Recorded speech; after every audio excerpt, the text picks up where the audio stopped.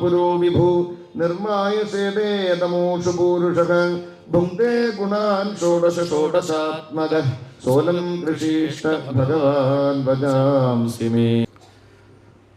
ശ്രീമദ് ഭാഗവതം അതിലെ 1-ാമത്തെ സ്കന്ധം കണ്ടുകൊണ്ടിരിക്കുകയാണ്. അതിലെ 3 അധ്യായങ്ങൾ നമ്മൾ ചുരുക്കിയൊന്ന് കണ്ടു. ഇതാണ് ഭാഗവതം. ഇത് എഴുതിയത് ശ്രീശുകരാണ്. പരീക്ഷത്തിന് പറഞ്ഞു കൊടുത്തു. അവിടെ ഇരുന്ന് ഞാൻ കേൾക്കുകയുണ്ടായി. അത് ഞാൻ അറിയണത് പോലെ പറഞ്ഞു തരാം എന്ന് പറഞ്ഞ സമയത്ത് ചോദിക്കുകയാണ്, എന്താ ഇപ്പം വ്യാസർ ഈ ഒരു ഗ്രന്ഥം രചിക്കാൻ കാരണം അനവധി ഗ്രന്ഥം രചിച്ച ആളാണ്. എന്നിട്ട് അദ്ദേഹം അതും പോരാഞ്ഞ് ഭാഗവതം രചിക്കുക എന്ന് പറഞ്ഞാൽ എന്താ ഉണ്ടായി ചോദിച്ചു. അപ്പം വ്യാസർക്കുണ്ടായ ആത്മഗ്ലാനി, വ്യാസർക്ക് ധാരാളം ഗ്രന്ഥം രചിച്ചുവെങ്കിലും തൃപ്തിയൊന്നും ഉണ്ടായിട്ടില്ല എന്നാണ്. വേദത്തെ വ്യസിച്ചു എന്നാണ്. അങ്ങനെ വേദവ്യാസൻ്റെ പേര് വന്നു. ജനങ്ങൾ എല്ലാം പഠിക്കൽ പ്രയാസമാണെങ്കിൽ ഏതെങ്കിലും ഒരു വേദം പഠിക്കട്ടെ എന്ന് കരുതി ഋക്ക്, യജുസ്, സാമം, അഥർവം അങ്ങനെ വേദത്തെ 4 വോളിയമാക്കി. ഋക്കിലും യജുർവേദത്തിലെ മന്ത്രങ്ങൾ കാണാം, എല്ലാത്തിലും കാണാം. ഇതൊക്കെ അതെന്തിനു ചോദിച്ചാൽ സൗകര്യത്തിനാണ്. ഇനി എല്ലാം പഠിക്കാൻ പറ്റില്ലെങ്കിൽ ഋഗ്വേദികൾ അവരത് പഠിച്ചാൽ മതി, യജുർവേദികൾ അവരത് പഠിച്ചാൽ മതി. നമ്മൾ സൗകര്യത്തിന് വേണ്ടി കഷ്ണം മുറിക്കാറില്ലേ? ഭാഗവതമൊക്കെ 2 കഷ്ണമാക്കിയവരുണ്ട്. അപ്പോൾ ദേവസ്വം ഇറക്കണത് തന്നെ അങ്ങനെയാണ്. ചിലർ അത് കൊണ്ടുപോയി 7 കഷ്ണമാക്കിയവരുണ്ട്. സപ്താഹത്തിന് ഭാഗത്തിന് ഓരോ ദിവസം ഓരോ കഷ്ണമായിട്ട് വരും. ഒന്നും തെറ്റായിട്ട് പറയണില്ല, അതൊക്കെ സൗകര്യത്തിന് വേണ്ടി കൊണ്ട് നടക്കുകയാണ്. ചോദിച്ചാൽ ഭാഗവതം തന്നെ പറയാം അല്ലേ? ഒരു കഷ്ണം ഭാഗവത പറയുമോ? അതില്ല. അത് സ്കൂളത്തെ കുട്ടികളും അങ്ങനെ തന്നെയാണ് പറയുക. എന്താ കയ്യിൽ വെച്ചാൽ കണക്കാന്ന് പറയും. കണക്കിൻ്റെ പുസ്തകമാണേ. കണക്ക് മുഴുവൻ അതിലുണ്ടോ? അത് LP ക്ലാസ്സിലെ കുറച്ച് ചില കാര്യങ്ങളും കൂട്ടലും കഴിക്കലൊക്കെ ഉണ്ടാവുമെന്നല്ലാതെ അത്രയേ ഉള്ളൂ. പക്ഷെ എന്നാലും കണക്കെന്ന് പറയണത് പോലെ വേദം എന്ന് പൊതുവെ എല്ലാത്തിനും പറയാം. ഇത്രയധികം മനസ്സുകൊണ്ട് അധ്വാനിച്ച ഒരാൾ ലോകത്ത് വേറെ ഉണ്ടാവില്ല. അതും ആർക്ക് വേണ്ടി? ലോകർക്ക് വേണ്ടി. എല്ലാവരും സുഖമായിട്ടിരിക്കട്ടെ കരുതി അദ്ദേഹം രചിച്ചു, വേദം വ്യസിച്ചു. പിന്നെ ഇതിഹാസം, മഹാഭാരതം രചിച്ചു. മഹാഭാരതം എന്നൊക്കെ പറഞ്ഞാൽ പാശ്ചാത്യ സാഹിത്യം നോക്കിയാൽ ഇലിയഡ്, ഒഡീസി ഇതൊക്കെയാണ് ഏറ്റവും വലിയ ഗെയിമായിട്ടുള്ള സാഹിത്യം. അതിൻ്റെ 6 ഇരട്ടി വലിപ്പം വരും മഹാഭാരതത്തിന്. അത് എത്ര കഥാപാത്രങ്ങൾ, 2000-ലധികം കഥാപാത്രങ്ങൾ.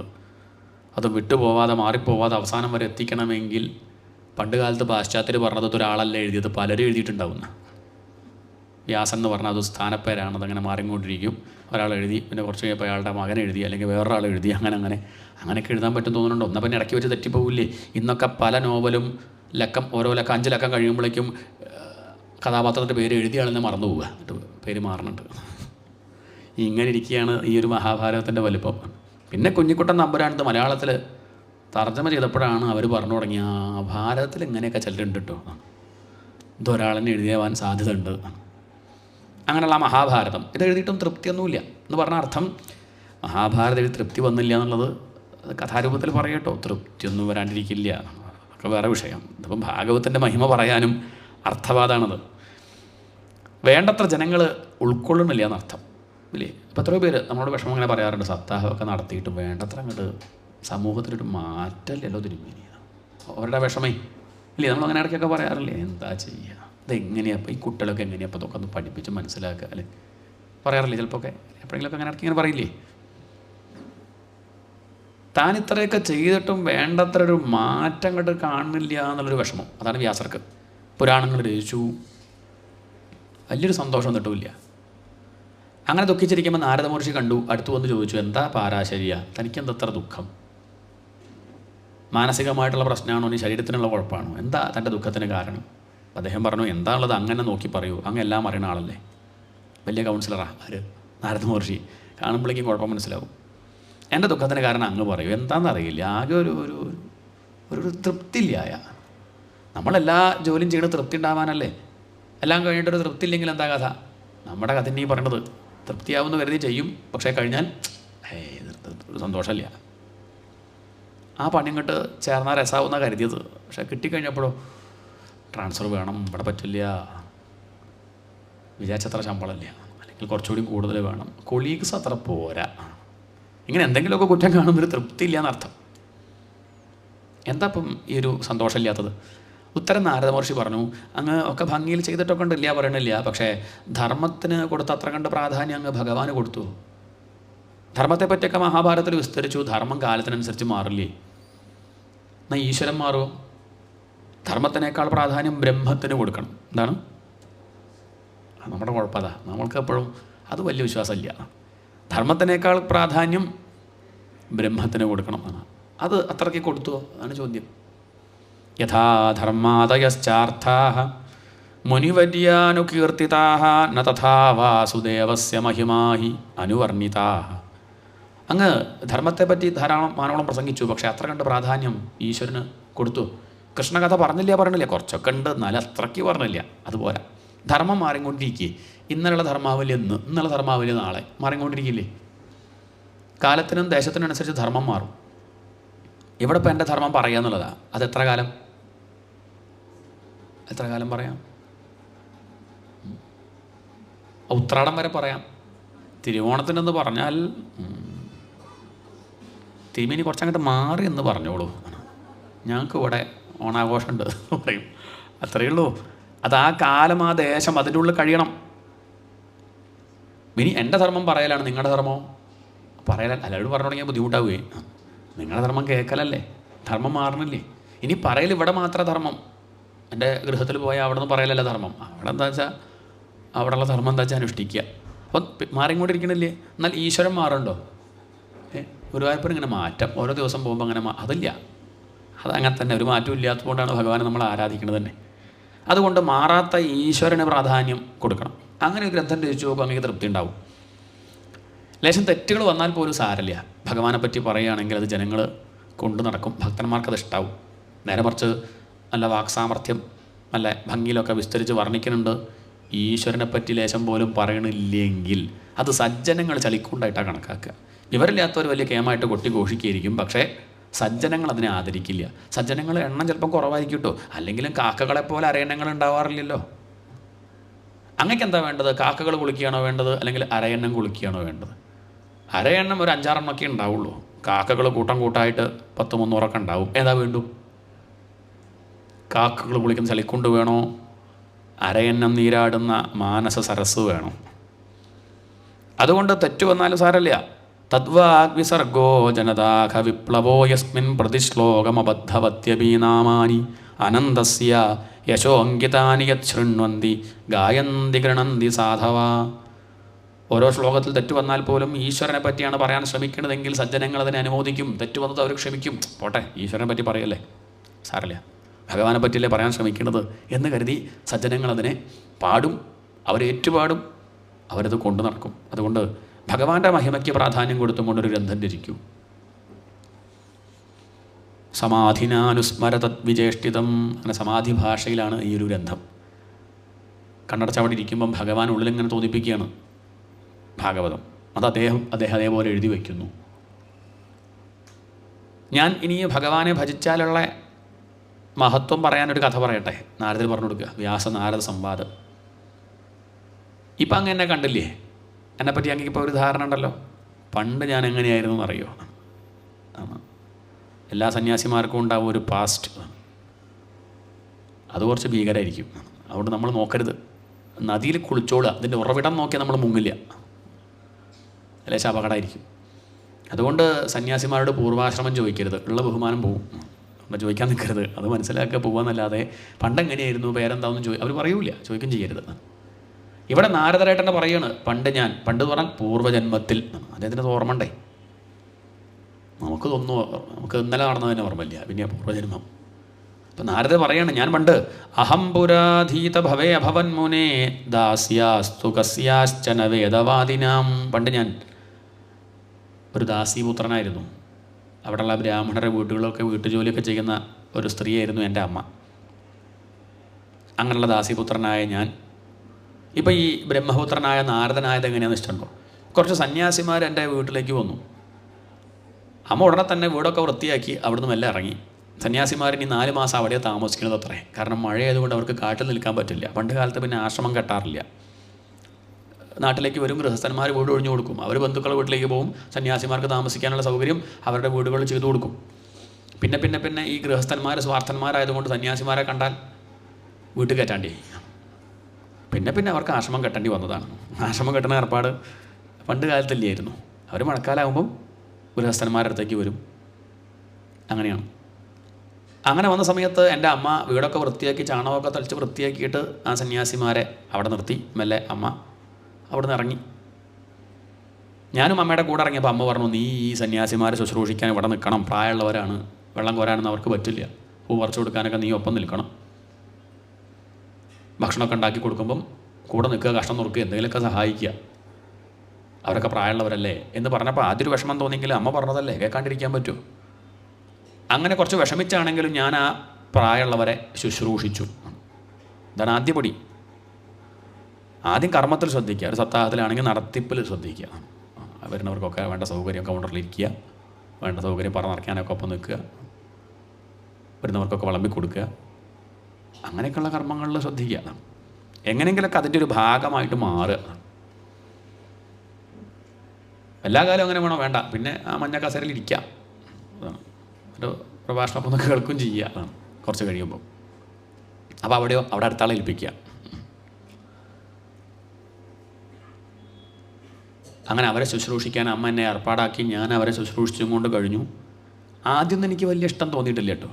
അവരെന്തോ പ്രായമുള്ളവരെന്തൊക്കെയോ അങ്ങനെ പറയും, ഒന്നും മനസ്സിലാവണമില്ല, ഇവരിത് എന്താ പറയണം, താടിക്കാരിങ്ങനെ അങ്ങോട്ടും ഇങ്ങോട്ടും വലിയ വലിയ കാര്യങ്ങളൊക്കെ പറയുക, ഇതുകൊണ്ടൊക്കെ വല്ല ഗുണമുണ്ടോ എന്നൊക്കെ തോന്നിയെങ്കിലും ഞാൻ അവരോടൊന്നും പറഞ്ഞില്ല, എതിർത്ത് പറഞ്ഞില്ല. അവ കേട്ട് മിണ്ടാണ്ടിരുന്നോടെ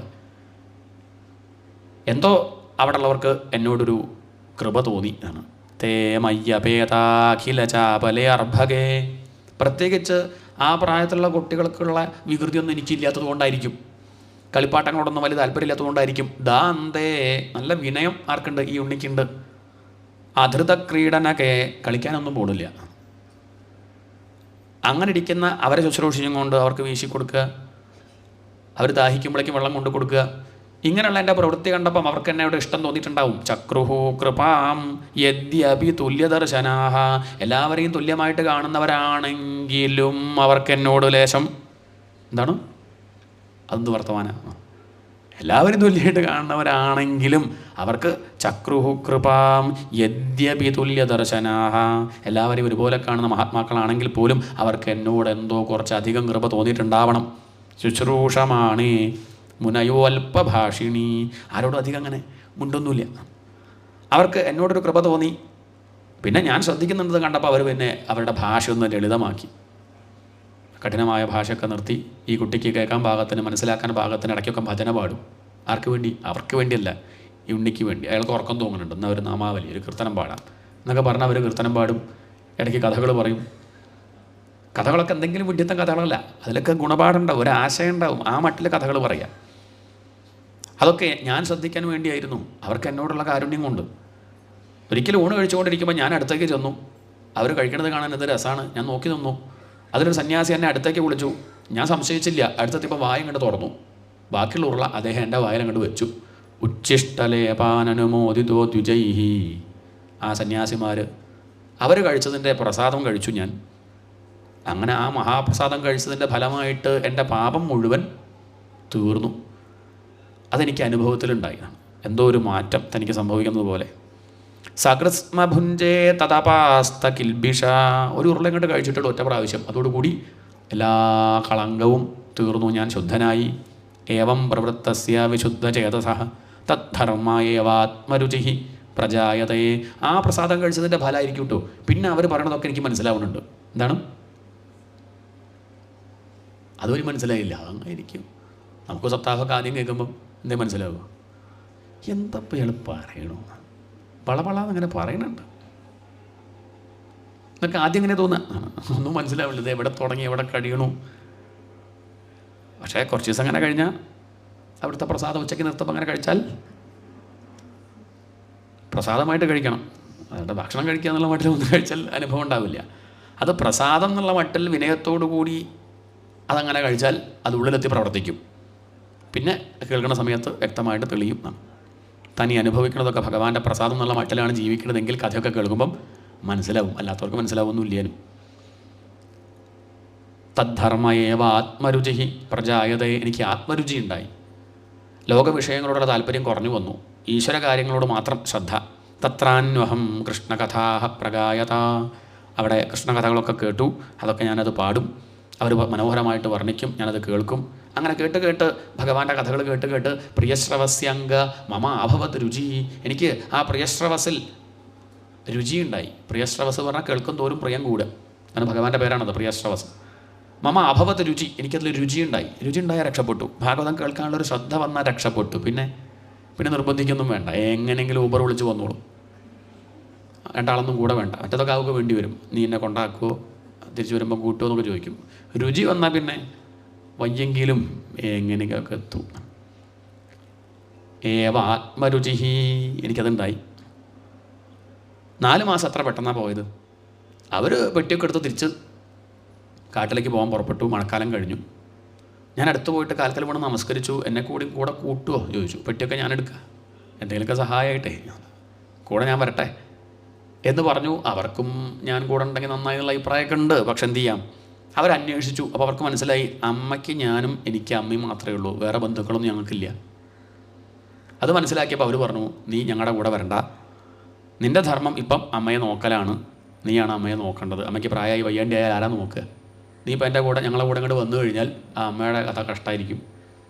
ഒരു മകനെ സംബന്ധിച്ച് ഏറ്റവും വലിയ ധർമ്മം അമ്മയെ നോക്കൽ തന്നെയാണ്. വേറൊരാൾ അമ്മയ്ക്ക് ഉണ്ടെങ്കിൽ നമുക്ക് എന്ത് ചെയ്യാം, അവിടെ ആക്കെന്തെങ്കിലും ചെയ്യാം. പക്ഷെ ഇതില്ലല്ലോ. അപ്പോൾ ആ സ്ഥിതിക്ക് ഞങ്ങൾ ഭഗവാനെ സേവിക്കുന്നത് പോലെ തന്നെയാണ് നീ അമ്മയെ സ്നേഹിക്കുന്നതും ഒക്കെ ഒന്ന് തന്നെ. അതുകൊണ്ട് നീ ആ മട്ടിൽ ഈശ്വരാർപ്പണമായിട്ട് അമ്മയെ അങ്ങോട്ട് സ്നേഹിക്കുക, പൂജിക്കുക.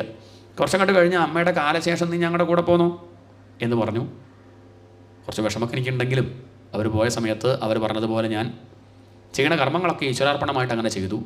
ഇടയ്ക്കൊക്കെ ഭഗവാനെ ധ്യാനിച്ചിരിക്കുമ്പം അമ്മ തനിക്ക് തടസ്സം ആവുന്നുണ്ട്.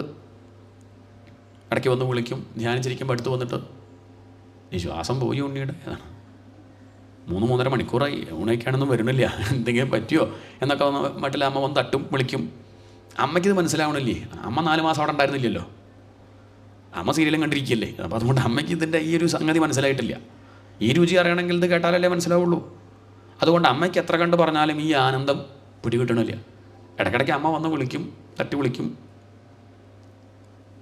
ഭക്ഷണ സാധനങ്ങൾ വേണ്ടേ, തീർന്നുപോയി, പയറ് വാങ്ങണം, അരി വാങ്ങണം എന്നൊക്കെ പറഞ്ഞ് വിടും. എനിക്കതൊന്നും വലിയ താല്പര്യമില്ലായിരുന്നു. ഇടയ്ക്ക് ഞാൻ ഭഗവാനോട് ചോദിച്ചു, അമ്മ എനിക്കൊരു തടസ്സമാവണുണ്ടോ ഗുരുവായൂരപ്പ എന്ന് ഭഗവാനോട് ഞാൻ ചോദിച്ചു. ഭഗവാൻ ആ വിളി കേട്ടിട്ടു. ഭഗവാൻ ആദ്യം അമ്മയെ അങ്ങോട്ട് കൊണ്ടുപോയി. അമ്മ പശുവിനെ കറക്കാൻ വേണ്ടി പോയതാ, പാമ്പ് കടിച്ച് മരിച്ചു. അനുഗ്രഹം മന്യമാന, ഞാനത് അനുഗ്രഹമായിട്ട് കണക്കാക്കി. ഇന്നത്തെ മക്കൾ കണക്കാക്കും പോലെയല്ല, വ്യത്യാസമുണ്ട്. ഇന്നത്തെ മക്കളും ആവും നോക്കണ്ടല്ലോ എന്ന് വിചാരിക്കും. ഇതങ്ങനെയല്ല. ഉള്ളപ്പോൾ നന്നായി നോക്കി. ഇപ്പം അമ്മ മരിച്ച സമയത്ത് ഞാൻ അനുഗ്രഹമായിട്ട് കണക്കാക്കിയത് ഒരു 4 മാസം മുമ്പായിരുന്നെങ്കിൽ എനിക്ക് ദുഃഖമായിരുന്നു. പക്ഷേ സന്യാസിമാരായിട്ടുള്ള സമ്പർക്കം കൊണ്ട് എൻ്റെ കാഴ്ചപ്പാട് മാറി. ഞാനിപ്പോൾ ലോകത്തെ കാണുന്നത് അങ്ങനെയാണ്.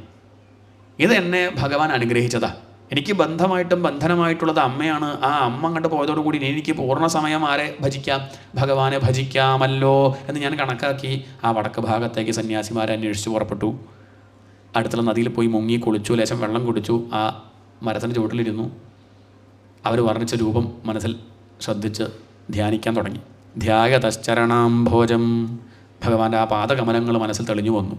ചരണാംഭോജം ഭാവനിർജിത ചേതസ ഔത്കണ്ഠ്യാശ്രുകലാക്ഷസ്യ ഹൃദയാസീന്മേ ശനൈർഹരി. മെല്ലെ മെല്ലെ മെല്ലെ ആ ഭഗവാന്റെ പാദം അങ്ങനെ തെളിഞ്ഞ് ഹൃദയത്തിൽ പ്രകാശിച്ചു. പ്രേമാതിഭര നിർഭിന്ന പുളകാംഗോതി നിർവൃത ആനന്ദസംപ്ലവേലീന. ആ അനുഭൂതി എങ്ങനെ ചോദിച്ചാൽ അതൊന്നും പറയാൻ സാധിക്കില്ല വ്യാസരെ. ആനന്ദമാകുന്ന കടലിൽ ഞാനങ്ങോട്ട് മുങ്ങി. കടൽ വേറെ, ഞാൻ വേറെ എന്നില്ല, അങ്ങോട്ട് ലയിച്ചു. പിന്നെ അവിടെ ഒന്നും അറിഞ്ഞില്ല, ആനന്ദം മാത്രം. നാപശ്യമു ഭയം മുനേ, 2 എന്നുള്ളൊരു തോന്നലില്ല, ഒന്നായതുപോലെ. ഭഗവാൻ വേറെ, ഞാൻ വേറെ എന്നില്ല, ഒന്ന്, ആനന്ദം മാത്രമായിരുന്നു. അങ്ങനെ അങ്ങോട്ട് കാലാകാലം ഇരിക്കാൻ പറ്റുമെന്ന് ഞാൻ വിചാരിച്ചുവെങ്കിൽ തെറ്റി. ഉടനെ ആ അനുഭവം നഷ്ടപ്പെട്ടു. അതെനിക്ക് വലിയ ദുഃഖം ഉണ്ടാക്കി. ഭഗവാന്റെ രൂപം അങ്ങോട്ട് മനസ്സെന്ന് പോയി. ഞാൻ അലറി വിളിച്ചു, കരയാൻ തുടങ്ങി. അപ്പോൾ അവിടുന്ന് അശരീരി ഉണ്ടായി. ഉണ്ണി, ഹന്താസ്മിൻ ജന്മനി ഭവാൻ നമാം ദ്രഷ്ടുമിഹാർഹതി. നിനക്ക് ഈ ജന്മത്തിലെ ഇത്രയൊക്കെയുള്ളൂ കേട്ടോ പുണ്യം. ഇപ്പം ഇങ്ങനെ കണ്ടില്ല, അതിന് വലിയ കാര്യം. ഇത്ര കാണാൻ പറ്റില്ലേ, ഒരു ദിവസം ഭാഗത്ത് കേൾക്കാൻ പറ്റില്ല, വലിയ കാര്യം. അതന്നെ വലിയ കാര്യമാണ്. കുറച്ചു നേരം കണ്ടില്ലേ, അത് മതി. അടുത്ത ജന്മത്തിൽ എന്നെ പൂർണ്ണമായിട്ട് അനുഭവിക്കാൻ പറ്റും എന്ന് പറഞ്ഞ സമയത്ത് നാരദർ ചോദിച്ചു. അപ്പം നാരദൻ നല്ല പേരൊന്നും ഭാഗത്തിൽ പറയണമില്ല. അപ്പോൾ ആ ഉണ്ണി ചോദിച്ചു, അങ്ങനെയാണെങ്കിൽ ഈ കുറച്ച് നേരം ഇപ്പോൾ കാണിച്ചു തരേണ്ട കാര്യമുണ്ടോ? എന്തിനിപ്പോൾ കുറച്ച് നേരം ഈ ഒരു സുഖം എനിക്ക് തന്നത്? അപ്പോൾ ഭഗവാൻ മറുപടി പറഞ്ഞു, അതെന്തിനാ ചോദിച്ചാൽ, നീ ഇപ്പോൾ എൻ്റെ രുചി അറിഞ്ഞില്ലെങ്കിൽ ഇപ്പം നീ ടി വിയും കണ്ട് മൊബൈൽ നോക്കിയിരിക്കും ഇല്ലേ. നമ്മളെ കഥ നോക്കൂ, ഇപ്പോൾ ഇത്ര നേരം മൊബൈൽ നോക്കാണ്ടിരിക്കണം എന്തുകൊണ്ടാണ്? ഈ രുചി അറിഞ്ഞതുകൊണ്ടാണ്. ഈ രുചി അറിഞ്ഞില്ലെങ്കിൽ നമ്മളിപ്പോൾ എവിടെ ഇരിക്കുന്നുണ്ടാവുക? എത്ര പേര് ഇരിക്കുന്നുണ്ട് അല്ലേ? അങ്ങനെ കണ്ടത് തന്നെ കണ്ട്, കേട്ടത് തന്നെ കേട്ട്, ചവച്ചത് തന്നെ ചവച്ച, അങ്ങനെ എന്നും പരാതി, ദുഃഖം, പ്രശ്നം, പ്രയാസം. എന്നാൽ ഭാഗവതം നിർത്തൂടെ? തോന്നണില്ല. എന്താ ചെയ്യുക? എന്താ ചെയ്യുക? പരിഹസിക്കില്ല, കുറ്റം പറയല്ല. എന്തുകൊണ്ട് നമുക്ക് അങ്ങനെ തോന്നണില്ല വെച്ചാൽ ഭഗവാന്റെ കാരുണ്യം ഉള്ളതുകൊണ്ടാണ്. ഈ ഒരു രുചി അറിഞ്ഞാൽ പിന്നെ അയാൾ വേറൊന്നിൻ്റെ പിന്നാലെയും പോവില്ല. പായസം കുടിച്ച ആൾക്ക് പിന്നെ നമുക്ക് പാൽപ്പായസം കാണുമ്പം കൊതി തോന്നില്ലേ? ഉരുളിയിൽ ഇങ്ങനെ കൊണ്ടുപോകാം പാൽപ്പായസം. നമുക്ക് കാണുമ്പോൾ പിന്നെ പ്രസംഗിക്കാൻ പറ്റുമോ? പാൽപ്പായസം കണ്ടാൽ പിന്നെ വേണം തോന്നില്ലേ? എന്തുകൊണ്ട് വേണം തോന്നുന്നു? മുമ്പ് കഴിച്ചിട്ടുണ്ട്. മുമ്പ് കഴിക്കാത്ത ഒരാൾക്ക് പാൽപ്പായസം കൊണ്ടായാലും ഒരനക്കം ഉണ്ടാവില്ല. സായിപ്പിന് ഇപ്പോൾ പാൽപ്പായസം കൊണ്ടുപോകുമ്പോൾ ഒന്നും തോന്നില്ല. അയാൾ കഴിച്ചിട്ടില്ല. അയാൾക്ക് പോകുമ്പോൾ കുമ്മായം കലക്കി കൊണ്ടുപോയി വിചാരിക്കും. അത്രയേ ഉള്ളൂ. അയാൾക്ക് പായസം നിശ്ചയില്ലല്ലോ. നമുക്കിതിപ്പോൾ നിശ്ചയുള്ളത് കൊണ്ട് പാൽപ്പായസം കണ്ട് പോകുമ്പോൾ വേണം തോന്നും. ഇതുപോലെ ഭാഗവതം അടുത്തുണ്ടെന്ന് അറിയുമ്പം പോകണ്ടെന്ന് പറ്റില്ല. പോകണം, കേൾക്കണം എന്നുള്ള വിചാരം ഉണ്ടാവണത് പണ്ട് കേട്ടത് കൊണ്ടാണ്. ഇത് നീ അറിഞ്ഞില്ലെങ്കിൽ നീ മറ്റ് പല ലഹരിയുടെ പിന്നാലും പോകും. ഇതാണ് ലഹരിക്കുള്ളൊരു, നമ്മൾ ലഹരിക്കെതിരെ പോരാടുക പറഞ്ഞിട്ട് കാര്യമില്ല. ലഹരി ഇല്ലാണ്ട് മനുഷ്യന് പറ്റില്ല. എന്തെങ്കിലും ലഹരി കൊടുക്കുക, ഭാഗവത ലഹരിയോ നാമജപ ലഹരിയോ എന്തെങ്കിലും ലഹരി കൊടുത്താൽ അത് പിടിച്ച് അവിടെ നോളും. ഒന്നും കൊടുത്തില്ലെങ്കിൽ പലതിൻ്റെയും പിന്നാലെ പോവും. അതിനൊക്കെ പ്രശ്നങ്ങളുണ്ട്. അതിനൊരു പ്രശ്നവുമില്ല. തനിക്കും ലോകത്തിനും ഗുണം മാത്രമേ ഉള്ളൂ. എന്നാൽ പിന്നെ ഇതുപോലെ ഒരു ചിലവുമില്ല, ആരോഗ്യത്തിനും പ്രശ്നമില്ല. എന്നാൽ പിന്നെ അങ്ങനെ ഇരുന്നാൽ പോരെ. സകൃത് യദ്ദർശിതം രൂപം ഏതത് കാമായ തേ അനഘ. അല്ലയോ അനഘ, പാപമില്ലാത്തവനെ, നിന്നോടുള്ള കാരുണ്യം കൊണ്ട് ഞാൻ നിനക്ക് എൻ്റെ രൂപം കുറച്ചു നേരം കാണിച്ചു തന്നു. ഇത് ഞാൻ നിനക്ക് കാണിച്ചു തന്നിട്ടില്ലെങ്കിൽ നീ മറ്റ് പല വിഷയങ്ങളുടെ പിന്നാലെ ഓടും. കാശിൻ്റെ പിന്നാലെയും കാഞ്ചനത്തിൻ്റെ പിന്നാലെയും കാമിയുടെ പിന്നാലെയും ഓടും. അത് ഓടാണ്ടിരിക്കാനാണ്, അതിലും വലുതാണ് ഞാൻ എന്ന് കാണിച്ചു തരാനാണ് കുറച്ച് നേരം ഈ ഒരു സുഖം നിനക്ക് തന്നത്. അതുകൊണ്ട് നീ ഇനി വീഴില്ല. അടുത്ത ജന്മത്തിൽ പൂർണ്ണമായിട്ട് എന്നെ അനുഭവിക്കാൻ പറ്റൂട്ടോ എന്ന് പറഞ്ഞ് ഭഗവാൻ പോയി. പിന്നെ എന്തായാലും അടുത്ത ജന്മത്തിൽ പറ്റുമല്ലോ എന്നുള്ള ആ പ്രതീക്ഷയിൽ ഞാൻ പിന്നീടുള്ള കാലം നാമം ജപിച്ച് അങ്ങനെ കഴിഞ്ഞു. കുറച്ച് കഴിഞ്ഞപ്പോൾ എൻ്റെ ശരീരം വീണു. അടുത്ത ജന്മത്തിൽ ഞാൻ ബ്രഹ്മാവിൻ്റെ പുത്രനായിട്ട് ദേവർഷി നാരദൻ. ഇപ്പം എൻ്റെ കഥ എന്താ വെച്ചാൽ, ഞാൻ ആ വീണയൊന്ന് വീട്ടിയാൽ ആര് വരികയായി? വൈകുണ്ഠത്തുനിന്ന് ഭഗവാൻ അങ്ങോട്ട് എണീറ്റ് ശംഖും ചക്രവും ഗതയൊക്കെ എടുത്ത് ഓടി വരിക നാരദരുടെ അടുത്തേക്ക്. നാരദരെ അങ്ങനെ വിളിച്ചോ? ഞാനങ്ങനെ വിളിച്ചതല്ല, വെറുതെ ഇരിക്കുമ്പോൾ ഒന്നിങ്ങനെ നാരായണ എന്ന് പല രാഗത്തിലിങ്ങനെ ചൊല്ലുകയാണ്. അപ്പോഴൊക്കെ ഭഗവാൻ വരികയാണ്, ഓടി വരികയാണ്. അവസാനം നാരദർ പറഞ്ഞു, ഞാനിങ്ങനെ ജപിക്കാണ്ടിരിക്കാൻ എനിക്ക് പറ്റില്ല. അപ്പം ഞങ്ങൾ അതിനിങ്ങനെ പുറപ്പെട്ട് വരാൻ തുടങ്ങി. അങ്ങേക്ക് കുറേ ബസ്സൂരി ചിലവാകും. അങ്ങ് അവിടെ ഇരുന്നോളൂ, ഞാനിത് ജപിക്കണത് ഒരു സന്തോഷത്തിന് ജപിക്കണമെന്നേ ഉള്ളൂ. ഇനി അങ്ങ് പുറപ്പെട്ട് വരുന്നു വേണ്ട. എത്ര പേര് അവിടെ വരിക്ക് നിൽക്കുന്നുണ്ട് കാണാൻ. അങ്ങ് ഇങ്ങോട്ട് പുറപ്പെട്ട് വന്നാൽ അവിടെ ഇരുന്നോളൂ എന്ന് പറഞ്ഞിട്ട് പോലും ആ ഭഗവാൻ കേൾക്കണില്ല. നാഹം വസാമി ആണ്. അല്ലയോ നാരദരെ, നാഹം വസാമി വൈകുണ്ഠേ ന യോഗി ഹൃദയേരവൂ മദ്ഭക്ത എത്ര ഗായന്തി തത്ര തിഷ്ഠാമി. നാരദരെ, പലരും വിചാരം ഞാൻ വൈകുണ്ഠത്തിലുണ്ടെന്നാ. ഞാൻ വൈകുണ്ഠത്തിലൊന്നുമില്ല. യോഗീശ്വരന്മാരുടെ ഹൃദയത്തിലിരിക്കുന്നില്ല. എൻ്റെ ഭക്തന്മാരെവിടെയാണോ എൻ്റെ നാമം പാടുന്നത്, എൻ്റെ കഥകൾ പറയണത്, തത്ര തിഷ്ഠാമി, അവിടെയാണ് ഞാനിരിക്കുന്നത്. അതുകൊണ്ട് എനിക്ക് വരാൻ ബുദ്ധിമുട്ടൊന്നുമില്ല. അങ്ങക്ക് ബുദ്ധിമുട്ടാവുണ്ടെങ്കിൽ പറയൂ നാരദരെ. എനിക്ക് സന്തോഷമേ ഉള്ളൂ എൻ്റെ ഭക്തന്മാർ കഥകളുടെ ദിക്കിലേക്ക് ഓടി വരാൻ. എനിക്ക് സന്തോഷമേ ഉള്ളൂ. അങ്ങക്ക് ബുദ്ധിമുട്ടാവണില്ലെങ്കിൽ ഞാൻ വരും. നാരദ പറഞ്ഞു, അതില്ല, അങ്ങ് വരണം, എനിക്കൊരു ബുദ്ധിമുട്ടുമില്ല. അങ്ങ് ബുദ്ധിമുട്ടരുതെന്ന് മാത്രമേ ഉള്ളൂ. ഇപ്പം ഞാൻ നാമം ജപിക്കുമ്പോൾ ഭഗവാൻ എൻ്റെ പിന്നാലെ എങ്ങനെ വരികയാണ്. പണ്ടോ കണ്ണടച്ച് മൂക്ക് പിടിച്ചിരുന്നിട്ടും കുറച്ച് നേരം വന്ന് പോവുകയുണ്ടായുള്ളൂ. ഇപ്പം എന്താ കഥ? ഇപ്പം വെറുതെ നാമം ജപിക്കുമ്പോഴും പിന്നാലെ വരികയാണ്. ഈ ഒരു അവസ്ഥയിലേക്ക് ഞാൻ ഉയരാൻ കാരണം എൻ്റെ കേമത്തം പറയാൻ പറഞ്ഞതല്ല കേട്ടോ. ഇതിലും നല്ലൊരു ഉദാഹരണം വേറെ ഇല്ല. ദാസീപുത്രൻ ബ്രഹ്മപുത്രനായില്ലേ. അതുകൊണ്ട് അങ്ങും ഭഗവാന്റെ മഹിമ പറഞ്ഞുകൊണ്ടൊരു ഗ്രന്ഥം രചിക്കൂ, അങ്ങേക്കും എന്നെ പോലെ കൃതാർത്ഥനായിട്ടിരിക്കാൻ സാധിക്കും എന്ന് നാരദർ പറഞ്ഞു നിർത്തി. വ്യാസരെ തൊഴുതങ്ങോട്ട് നമസ്കരിച്ചു. ഇവിടെ കഥ പറയേണ്ട സൂതം പറയാണ്, ആ ദേവർഷിയുടെ മഹത്വം നോക്കൂ. അഹോ ദേവർഷി ധന്യോയം. അസൂയ തോന്നുകയാണ് ആർക്ക്? ഇത് നല്ല അസൂയ, കുഴപ്പമില്ല, ധന്യം തന്നെ. അഹോ ദേവർഷി ധന്യോയം യത് കീർത്തിം ശാർഗധന്വന ഗായന്മാദ്യന്യതം തന്ത്രിയാരമയത്യാതുരം ജഗത്. ഈ ആതുരമായ ജഗത്തിനെ ഭഗവാന്റെ കഥകൾ പറഞ്ഞ് പാടിക്കേളിപ്പിച്ച് സന്തോഷിപ്പിച്ച് അങ്ങനെ സഞ്ചരിക്കുന്നില്ലേ? ഒരു ദുഃഖവും അദ്ദേഹത്തെ ബാധിക്കുന്നില്ലല്ലോ. ഭാഗ്യവാൻ. പഠന്തോ നാമാനി പ്രമദഭരസിന്ധോ നിപതിത. മേൽപ്പത്തൂരും പറയുന്നുണ്ട്, അദ്ദേഹം അവിടെ ദുഃഖിച്ചിരിക്കുമ്പോൾ പൂന്താനൊക്കെ സുഖമായിട്ട് നാമം ചോദിച്ച് പ്രദക്ഷിണം വയ്ക്കുമ്പോൾ ചോദിക്കണം, ഭാഗ്യവാൻ, തനിക്ക് ഈ വാദം കാരണം പ്രദക്ഷിണം വയ്ക്കാനും പറ്റണില്ല. എപ്പോഴെങ്കിലുമൊക്കെ നമുക്ക് മാറിയിട്ട് നാമം ജപിച്ച് ഇങ്ങനെ പ്രദക്ഷിണം വയ്ക്കാനും ഏതെങ്കിലും ഒരു മൂലയ്ക്ക് പോയിരുന്ന് കണ്ണടച്ച് ഭഗവാനെ ധ്യാനിക്കാനൊക്കെ സാധിച്ചിരുന്നെങ്കിൽ അതന്നെയാ ഭാഗ്യം കേട്ടോ. ഇങ്ങനെയുള്ള നാരദരെ പോലുള്ള ശുഗരെ പോലുള്ള ഭാഗ്യവാന്മാരെ പോലെ ആക്കുമോ എന്നെയും എന്നാണ് പ്രാർത്ഥന. ഇവിടെ സൂതനത് പ്രാർത്ഥിക്കുകയാണ്. അങ്ങനെ നാരദരുടെ പ്രേരണ കൊണ്ട് വ്യാസർ ഗ്രന്ഥം രചിക്കുന്നു. അതാണ് ഭാഗവതം. ഒക്കെ പിന്നിൽ നാരദരാണ്. ഏത് കഥ നോക്കിയാലും പിന്നിൽ പ്രവർത്തിക്കുന്ന ആളാരാണ്? നാരദരാണ്. അങ്ങനെ അദ്ദേഹം പുതിയൊരു ഗ്രന്ഥം രചിച്ചു. അതാണ് ഭാഗവതം. മറ്റുള്ള ഗ്രന്ഥങ്ങളിലൊക്കെ എന്ത് വർണ്ണിച്ചു അതൊക്കെ തന്നെയാണ്, മഹാഭാരതത്തിലെ കഥകളൊക്കെ തന്നെയാണ്. പക്ഷേ അതിൽ ഭക്തി ഒന്ന് ചാലിച്ചു, തത്വങ്ങളൊക്കെ ഒന്ന് വിസ്തരിച്ചു, സാധാരണക്കാർക്ക് മനസ്സിലാവുന്ന വിധത്തിൽ. മഹാഭാരത യുദ്ധം, അതിൽ ദുര്യോധനൻ വീണ് കിടക്കുകയാണ്. ഭീമൻ്റെ അടി കൊണ്ടിട്ടാണ് വീണ് കിടക്കുന്നത്. അടി കിട്ടിയപ്പം ദുര്യോധനൻ ലേശം മാറ്റം വന്നു. നമുക്കും അടി കിട്ടുമ്പോൾ മാറ്റം വരും, അതുവരും വരില്ല. അടി കിട്ടിയാൽ ചിലപ്പം തത്വങ്ങളൊക്കെ പറയണവരുണ്ട്, വേദാന്തമൊക്കെ പറയും. ആശുപത്രിയിലായാൽ പിന്നെ വലിയ തത്വങ്ങളൊക്കെ പറയും. അങ്ങനെയൊക്കെയുള്ളവരെ നമ്മൾ കണ്ടിട്ടുണ്ട്. അവിടുത്തെ കഴിഞ്ഞാൽ ഭാഗവത ഏകാദശി സ്കന്ധമൊക്കെ പറയും. അങ്ങനെയൊക്കെ അവിടെ നിങ്ങളെ എത്രയേ ഉള്ളൂ, മനുഷ്യൻ്റെ കാര്യം കണ്ടില്ലേ. ജനിച്ചാൽ മരിക്കണം, മരിച്ചാൽ ജനിക്കണം, അത്രയൊക്കെ ഉള്ളൂ.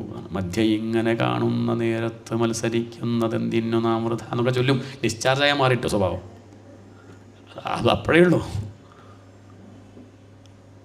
താൻ പോവാറായിച്ച് പറയുകയാണ്, ഇത് തിരിച്ച് കിട്ടിയെന്ന് കണ്ടപ്പോൾ ഇനിയും പഴയ തന്നെ പുറപ്പെടും. ശ്മശാന വൈരാഗ്യം എന്ന് പറയും. ശ്മശാനത്തിൽ എത്തിക്കഴിഞ്ഞാൽ ഒരു വൈരാഗ്യം കുറച്ച് നേരത്തേക്ക് ഉണ്ടാവും. അതങ്ങനെ കത്തുന്ന സമയത്ത് ഇങ്ങനെ ഇത്രയേ ഉള്ളൂ. ആരും പറയും പോയിരുന്നാണ്, കണ്ടില്ലേ എങ്ങനെ നടന്ന ആളാ, കഴിഞ്ഞു കഥ, എന്തൊക്കെ ഉണ്ടാക്കിയിട്ടെന്താ എന്നൊക്കെ പറഞ്ഞ് തിരിഞ്ഞ് അങ്ങോട്ട് പോകുമ്പോഴാവും ഒരാളെ കണ്ടു കഴിഞ്ഞാൽ താൻ എൻ്റെ കയ്യിൽ നിന്ന് വാങ്ങി 10 റുപ്യ എവിടെ ഇയാളവിടുന്ന് പറഞ്ഞത് എന്താ, അത്രയേ ഉള്ളൂ. 10 റുപ്യ പോലും ഒഴിവാക്കാൻ വയ്യ. അയാളാണ് അവിടുന്ന് പ്രസംഗിക്കുന്നത്. വലിയ തത്വം പറയാൻ ബുദ്ധിമുട്ടൊന്നുമില്ല. ഏതായാലും വീണ് കിടക്കണ ദുര്യോധന തൽക്കാലം കുറച്ചൊരു വൈരാഗ്യം വന്നു. തന്നെ അടിച്ചത് ഭീമൻ എന്ന് അദ്ദേഹം പറയുന്നില്ല. തൻ്റെ കർമ്മം തന്നെയാണ് ഭീമനിലൂടെ തിരിച്ചു കിട്ടി. ഇതാണ് വിവേകികൾ ചിന്തിക്കുക. അടി കിട്ടിയപ്പം വിവേകം ഉണ്ടായി. ഇത്രയും കാലം ദുര്യോധനാണെങ്കിൽ ഇപ്പം സുയോധനനായി. രണ്ടുപേരുടെ പേര് തന്നെയാണ്, വിപരീത അർത്ഥം രണ്ടിനും, പക്ഷേ ഒരാളുടെ പേരാണ്. അദ്ദേഹത്തിന് ഇപ്പം കുറച്ചൊരു ബുദ്ധി വന്നു. അതുകൊണ്ട് ഭീമനോടൊരു പരിഭവമില്ല.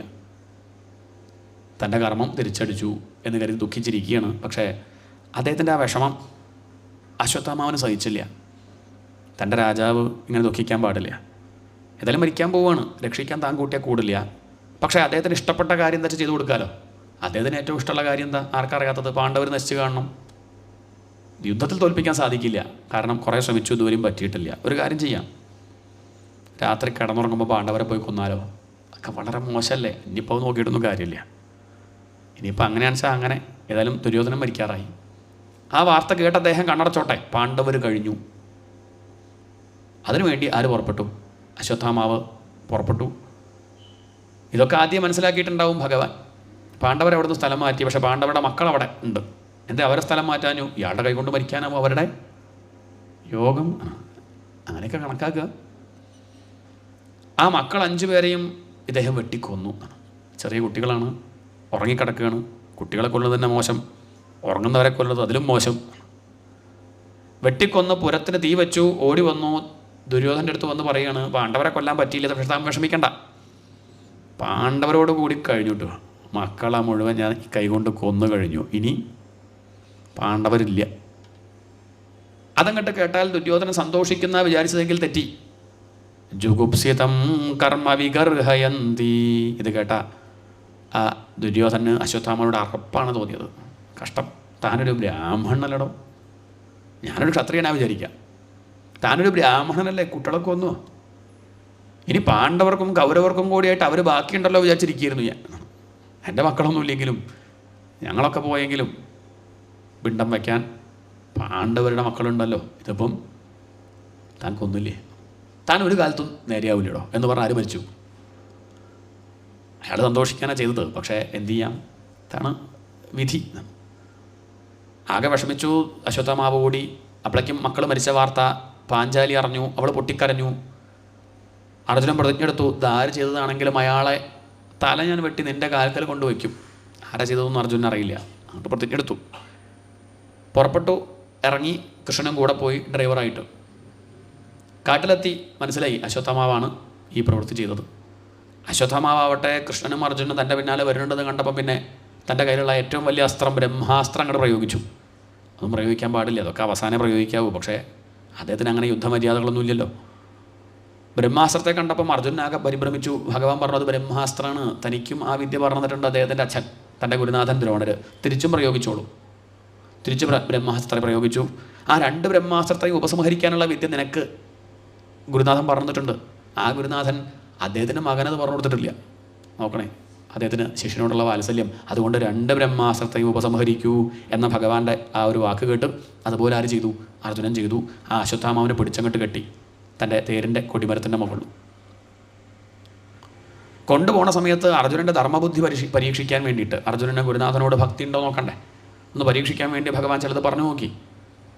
അർജുന, നീ പ്രതിജ്ഞ എടുത്തത് ഞാൻ കേട്ടിരുന്നു. പാഞ്ചാലിയോട് പറഞ്ഞത് എന്താ? തല കൊണ്ടുവന്ന് സമർപ്പിക്കുന്ന. നമുക്ക് ഈ ഹോട്ടൽ കൊണ്ടുപോകണോ?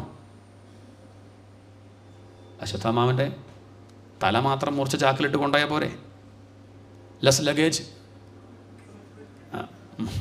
More comfort. എന്തിനാ വെറുതെ ഇയാളെ മൊത്തമായിട്ട് കൊണ്ടുപോകുന്നത്? നമുക്ക് ഇയാളുടെ തല മാത്രം കൊണ്ടുപോയാൽ പോരെ? ഭഗവാൻ എന്താ അത്ര മോഹമുണ്ടോ ഇയാളെ കൊല്ലാൻ? കിട്ടൂല. അർജുനൊന്നൊന്ന് ഇളക്കി നോക്കുകയാണ്, എന്താ അപ്പോൾ അയാളുടെ ഭാവം എന്നൊന്ന് അറിയാൻ വേണ്ടി ചോദിച്ചു നോക്കിയതാണ്. അർജുനന് പക്ഷേ കൊല്ലാൻ പറ്റണില്ല. ഭഗവാൻ അങ്ങനെ പറയുമ്പോൾ അർജുനൻ തിരിച്ചൊന്നും പറയും, തല താഴ്ത്തും. കാരണം തൻ്റെ ഗുരുനാഥൻ്റെ പുത്രനാണ്. തനിക്ക് ഈ മഹത്വമൊക്കെ ഉണ്ടായത് ഗുരുനാഥൻ്റെ കാരുണ്യം കൊണ്ടാണ്. ശരിയാണ്, അദ്ദേഹം ചെയ്തത് മോശമാണ്, തൻ്റെ മക്കളെയൊക്കെ കൊന്നു, അതൊക്കെ ശരി തന്നെ. പക്ഷേ എന്നാലും തൻ്റെ ഗുരുനാഥൻ്റെ മകനല്ലേ എന്നുള്ളത് കൊണ്ട് ആ ഗുരുനാഥന് കൊടുക്കേണ്ട ദക്ഷിണ ഇയാളുടെ തലവെട്ടില്ല. കൊല്ലാൻ തോന്നുന്നില്ല. ഇത്രയൊക്കെ മോശം പ്രവൃത്തി ചെയ്തിട്ടും ആ അർജുനന് തൻ്റെ ഗുരുഭക്തി കൊണ്ട് കൊല്ലാൻ തോന്നുന്നില്ല. കൊണ്ടുപോയി കയ്യും കാലും കൂട്ടിക്കെട്ടി തൻ്റെ പത്നിയുടെ കാൽക്കലേക്ക് വലിച്ചെറിഞ്ഞു. തഥാഹൃതം പശുവത് പാശബദ്ധം അവാങ്മുഖം കർമ്മജുഗുപ്സിതേന നിരീക്ഷ്യ കൃഷ്ണാപകൃതം ഗുരോസുതം വാമസ്വഭാവ കൃപയാ നനാമച. തഥാഹൃതം പശുവത്ത്, ഒരു പശുവിനെ കൊണ്ടുവരുന്നത് പോലെ, വെട്ടാൻ കൊണ്ടുപോണ ജന്തുവിനെ കൊണ്ടുപോകില്ലേ, കയ്യും കാലും കൂട്ടിക്കെട്ടി കൊണ്ടുപോകുന്നത് പോലെ ഈ ഒരു അശ്വത്ഥാമാവിനെ കൊണ്ടുവന്നു. താൻ ചെയ്ത ആ വൃത്തികേട് ആലോചിച്ചിട്ട് സങ്കടം, ദുഃഖം. എങ്ങനെ താൻ ആ അമ്മയുടെ മുഖത്തേക്ക് നോക്കും? ഇതൊന്നും പ്രതീക്ഷിച്ചിട്ടില്ല. അമ്മയെ കാണേണ്ടി വരുമെന്ന് വിചാരിച്ചു. നാട് വിട്ടു പോവാം, ഇനിയിപ്പം കാണുന്നും വേണ്ട കരുതി. പക്ഷേ ആ 5 മക്കളുടെ അമ്മയെ താൻ കാണുന്ന സമയത്ത് അവളുടെ കണ്ണെന്ന് വരുന്ന അഗ്നിയിൽ താൻ ഭസ്മാവില്ലേ? ജുഗുപ്സിതം കർമ്മ വിഗർഹയന്തി, ചെയ്യാൻ പാടില്ലായിരുന്നു, വളരെ മോശമായി എന്നുള്ള വിചാരം ഈ അശ്വത്ഥാമാവന്. കാൽക്കലേക്ക് വലിച്ചെറിഞ്ഞ അശ്വത്ഥാമാവനെ കണ്ട സമയത്ത് പാഞ്ചാലി എന്ത് പറഞ്ഞു എന്നല്ലേ നമുക്കറിയേണ്ടത്. പാഞ്ചാലി എന്ത് പറഞ്ഞിട്ടുണ്ടാവും? നമ്മളാച്ചാൽ എന്താ പറയുക? വെട്ടിക്കൊല്ല അർജുന എന്നാണ് പറയുക. എന്നാൽ പാഞ്ചാലി അങ്ങനെയല്ല പറഞ്ഞത്. വാമസ്വഭാവ കൃപയാ നനാമച. അവൾ പ്രദക്ഷിണം വെച്ച് അങ്ങോട്ട് നമസ്കരിച്ചു. ആരെ? ആ അശ്വത്ഥാമാവിനെ. എന്തേ കണക്കാക്കി? തൻ്റെ 5 ഭർത്താക്കന്മാർക്ക് ഈ ഐശ്വര്യമൊക്കെ ഉണ്ടാവാൻ കാരണം അസ്ത്രവിദ്യ ഉപദേശിച്ചു കൊടുത്തത് ആരാ? ദ്രോണാചാര്യരാ. ആ ദ്രോണാചാര്യരുടെ മകനാണ് ആര്? ഈ അശ്വത്ഥാമാവ്. ആത്മാവൈ പുത്ര ഉത്പന്ന ഇതി വേദാനുശാസനം. ആത്മാവൈ പുത്രനാമാസി. വേദം പറയും ആത്മാവ് തന്നെയാണ് മകൻ, അച്ഛൻ തന്നെയാണ് മകൻ. മകനും അച്ഛനും വേറെയല്ല. അതുകൊണ്ട് ഈ മകനെ ദ്രോണാചാര്യരായിട്ട് തന്നെ കണ്ടു. തൊഴുതു നമസ്കരിക്കുക മാത്രമല്ല, മുച്യതാമേഷ ബ്രാഹ്മണോ നിതരാം ഗുരുഹു. വിട്ടയക്കൂ, ഈ ഉണ്ണി എങ്ങനെ വിഷമിച്ചും കൊണ്ട് കാണാൻ എനിക്ക് വയ്യ. വേറൊരാളുടെ വിഷമം കാണാൻ ആർക്ക് പറ്റില്ല. ഇതാണ് ഭക്തിയുടെ ലക്ഷണം. തന്നെ വേദനിപ്പിച്ചാലും താൻ വേദനിപ്പിക്കില്ല.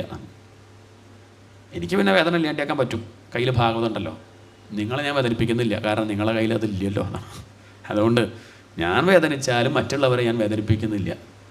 ഈ ഒരു ചിന്തയാണ് ഭക്തന്മാർക്ക് ഉണ്ടാവുക. ഈ പാഞ്ചാലി ആലോചിക്കണത് എന്താ? മാരോദീതസ്യ ജനനി. ഇവൻ്റെ അമ്മ കരയാൻ പാടില്ല. മക്കൾ മരിച്ചാലുള്ള ദുഃഖം എനിക്കറിയാം. 5 മക്കളാണ് മരിച്ചത്. ഈ അശ്വത്ഥാമാവ് മരിച്ചാൽ അവൻ്റെ അമ്മ ദുഃഖിക്കില്ലേ? ദ്രോണർ മരിച്ചു, ഭർത്താവ് മരിച്ചു, പാവം, നല്ല വിഷമമുണ്ട്. ഇനി മകനും കൂടി മരിച്ചാൽ എത്ര കണ്ട് വിഷമിക്കും. അതുകൊണ്ട് നമ്മൾ കാരണം ഇനിയൊരു അമ്മ ഈ വിഷമം അനുഭവിക്കരുത്. ഇയാളെങ്ങോട്ട് കൊന്നു കഴിഞ്ഞാൽ എൻ്റെ മരിച്ചുപോയ മക്കൾ തിരിച്ചു വരുമോ? ഇല്ല. പിന്നെന്തിനത്? ഈ ഉണ്ണിയെ കൂടി കൊന്നാൽ തൻ്റെ 6ാമത്തെ ഉണ്ണിയും കൂടി മരിച്ചു, ഇത്ര തന്നെ. ഏതാ 6ാമത്തെ ഉണ്ണി? ഈ ഉണ്ണി. എന്തിനാ പത്? ഇത്രയ്ക്കും വിശാലമായൊരു മനസ്സെന്ന് പറഞ്ഞാൽ എന്താ കഥ? അതാണ് ഭാഗവതമൊക്കെ കേട്ടാൽ ഉണ്ടാവേണ്ടതെന്ന് അർത്ഥം. പക്ഷെ നമ്മളങ്ങനെയല്ല, വിട്ടുകൊടുക്കില്ലേ ഞാൻ. പിന്നെ ഞാൻ കുടിച്ച അത്രയും കണ്ണീര് ഞാൻ കുടിപ്പിക്കും. ആണ് വ്യത്യാസം. മാ ആരോധി തസ്യ ജനനീ ഗൗതമീ പതിദേവത. തന്നെയാണ് ഭാഗവത്തിൻ്റെ ഒരു സമ്പ്രദായം. ഈ കഥയിലൊക്കെ കുറേ ഗുണങ്ങൾ പഠിക്കാനുണ്ടെന്ന് അർത്ഥം. അർജുൻ എന്ത് ചെയ്യണം സംശയമായി. ഭീമൻ പറഞ്ഞു അവളങ്ങനെയൊക്കെ പറയും, നീ മാറി നിൽക്കുക, നിനക്ക് പോയി ഞാൻ കൊല്ലാം എന്ന് പറഞ്ഞ ഗതിയൊക്കെ ആയിട്ട് ഭീമൻ വരുന്നുണ്ട്. യുധിഷ്ഠിരൻ പറഞ്ഞു അവൾ പറഞ്ഞതാ ശരി, എന്തായാലും അവളെപ്പോലൊരു പത്നിയെ കിട്ടിയതിൽ ഞാൻ അഭിമാനിക്കുന്നു. യുധിഷ്ഠിരൻ്റെ പ്രസംഗം. പിന്നെ ദ്രൗപദിയെക്കുറിച്ച് സ്വതവേ ഒരമ്മ തനിക്ക് ദുഃഖം ഉണ്ടാകുമ്പോഴൊക്കെ ധർമ്മത്തെ മറന്നു പോവാറുണ്ട്, എന്നാലും ഈ ദ്രൗപദി ഇത്രയൊക്കെ ദുഃഖം അനുഭവിക്കുമ്പോഴും ധർമ്മത്തെ വിട്ടില്ല.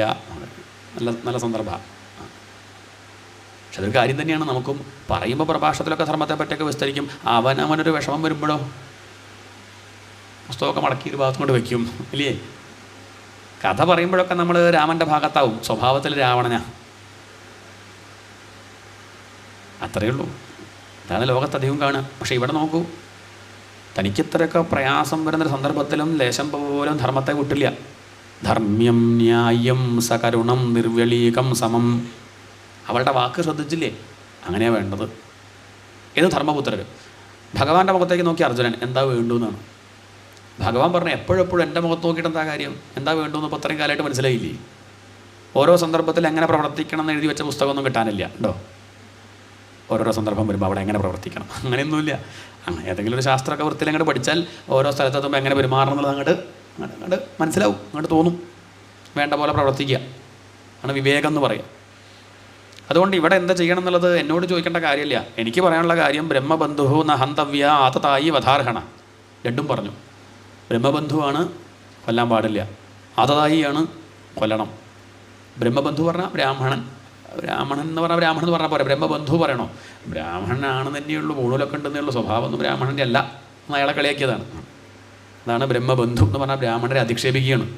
കണ്ടാലൊക്കെ ചായ ഉണ്ട്, ഭസ്മം തൊട്ട് നടക്കും, കുറിയൊക്കെ കേമാണ്, കഴുത്തിൽ പൂണൂലൊക്കെ ഉണ്ട്, പക്ഷേ ആ സ്വഭാവം തനിക്കില്ലല്ലോ. ആതതായി കുട്ടളെ കൊന്നവനാ, വീടിന് തീ വെച്ചവനാ. അവരൊന്നും വിചാരണ ചെയ്യണ്ട, കണ്ട സ്ഥലത്ത് വെച്ച് തലവെട്ടാം. രണ്ടും കൂടി പറഞ്ഞാൽ എങ്ങനെയാണ്? ബ്രാഹ്മണനെ കൊല്ലാനും പാടില്ല, ഇയാൾ ആതതായിയാണ്, കൊല്ലും വേണം എന്ന് പറഞ്ഞ അർത്ഥം ഇദ്ദേഹത്തെ വധിക്കുക എന്ന് പറഞ്ഞാൽ ബ്രാഹ്മണരുടെ വധം വ്യത്യാസമുണ്ട്. ബ്രാഹ്മണരെ സംബന്ധിച്ച് കൊന്നാൽ വലിയ ദുഃഖമില്ല, അപമാനിച്ചാലാണ് ദുഃഖം. ഇയാൾ ദുഃഖിപ്പിക്കണം എന്നാണ് ഉദ്ദേശമെങ്കിൽ കൊന്നിട്ട് കാര്യമില്ല, അപമാനിച്ച് വിട്ടാൽ മതി.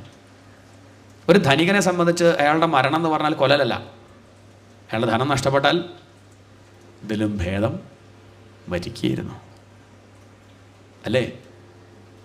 സൽപ്പേരിൽ അഭിമാനിക്കുന്നവനെ സംബന്ധിച്ച് അയാളുടെ ഏറ്റവും വലിയ മരണം എന്ന് പറഞ്ഞാൽ, ദുഃഖം എന്ന് പറഞ്ഞാൽ എന്താ? ചീത്തപ്പേര്. അതിലപ്പുറം എന്താ ഉള്ളത്? അതാണ് ഓരോ ആളുകൾക്കും വിഷമം വരുന്നത് പല മട്ടിലാകും. എല്ലാവർക്കും ഒന്നായിക്കൊള്ളുന്നില്ല. ചിലർക്ക് ചീത്തപ്പേരൊന്നും ഒരു വിഷയം ഉണ്ടാവില്ല, അങ്ങനെയുള്ളവരുണ്ട്. അതൊന്നൊരു വിഷയമല്ല. അതൊന്നും കൂടി ഒരു കേമത്വം, അടുത്ത ഇലക്ഷനിൽ ഒന്നും കൂടി ഒരു സ്ഥാനം കൂടി കിട്ടുന്നല്ലാതെ അങ്ങനെ പല മട്ടിലാണ്.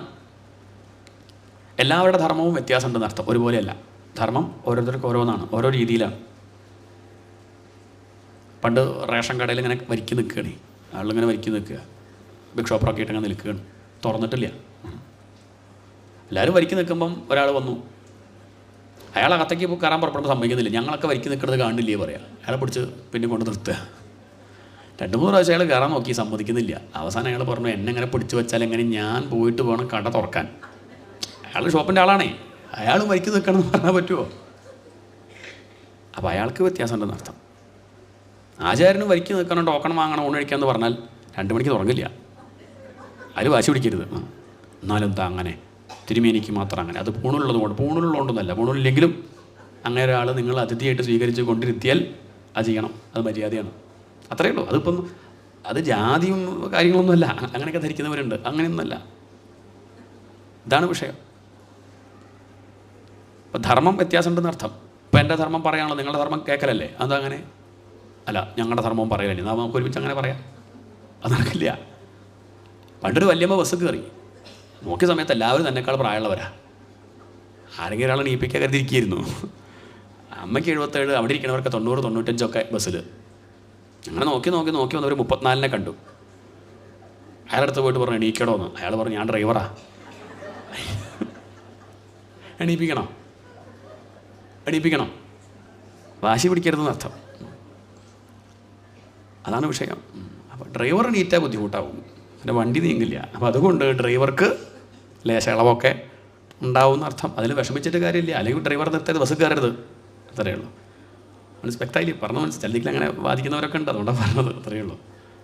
അതല്ല നമ്മളൊരു ശ്രോതാവായിട്ട് വരികയാണെന്ന് വെച്ചാൽ ഒരു കുഴപ്പമില്ല, എവിടെ ചെരുന്ന് കഴിഞ്ഞ് പോകുക, അത്രയേ വേണ്ടു. നമ്മൾ അതിൽ സമയത്ത് കാര്യങ്ങളൊക്കെ തീരണ്ടേ. അപ്പോൾ ധർമ്മം വ്യത്യാസം ഉണ്ടാവും.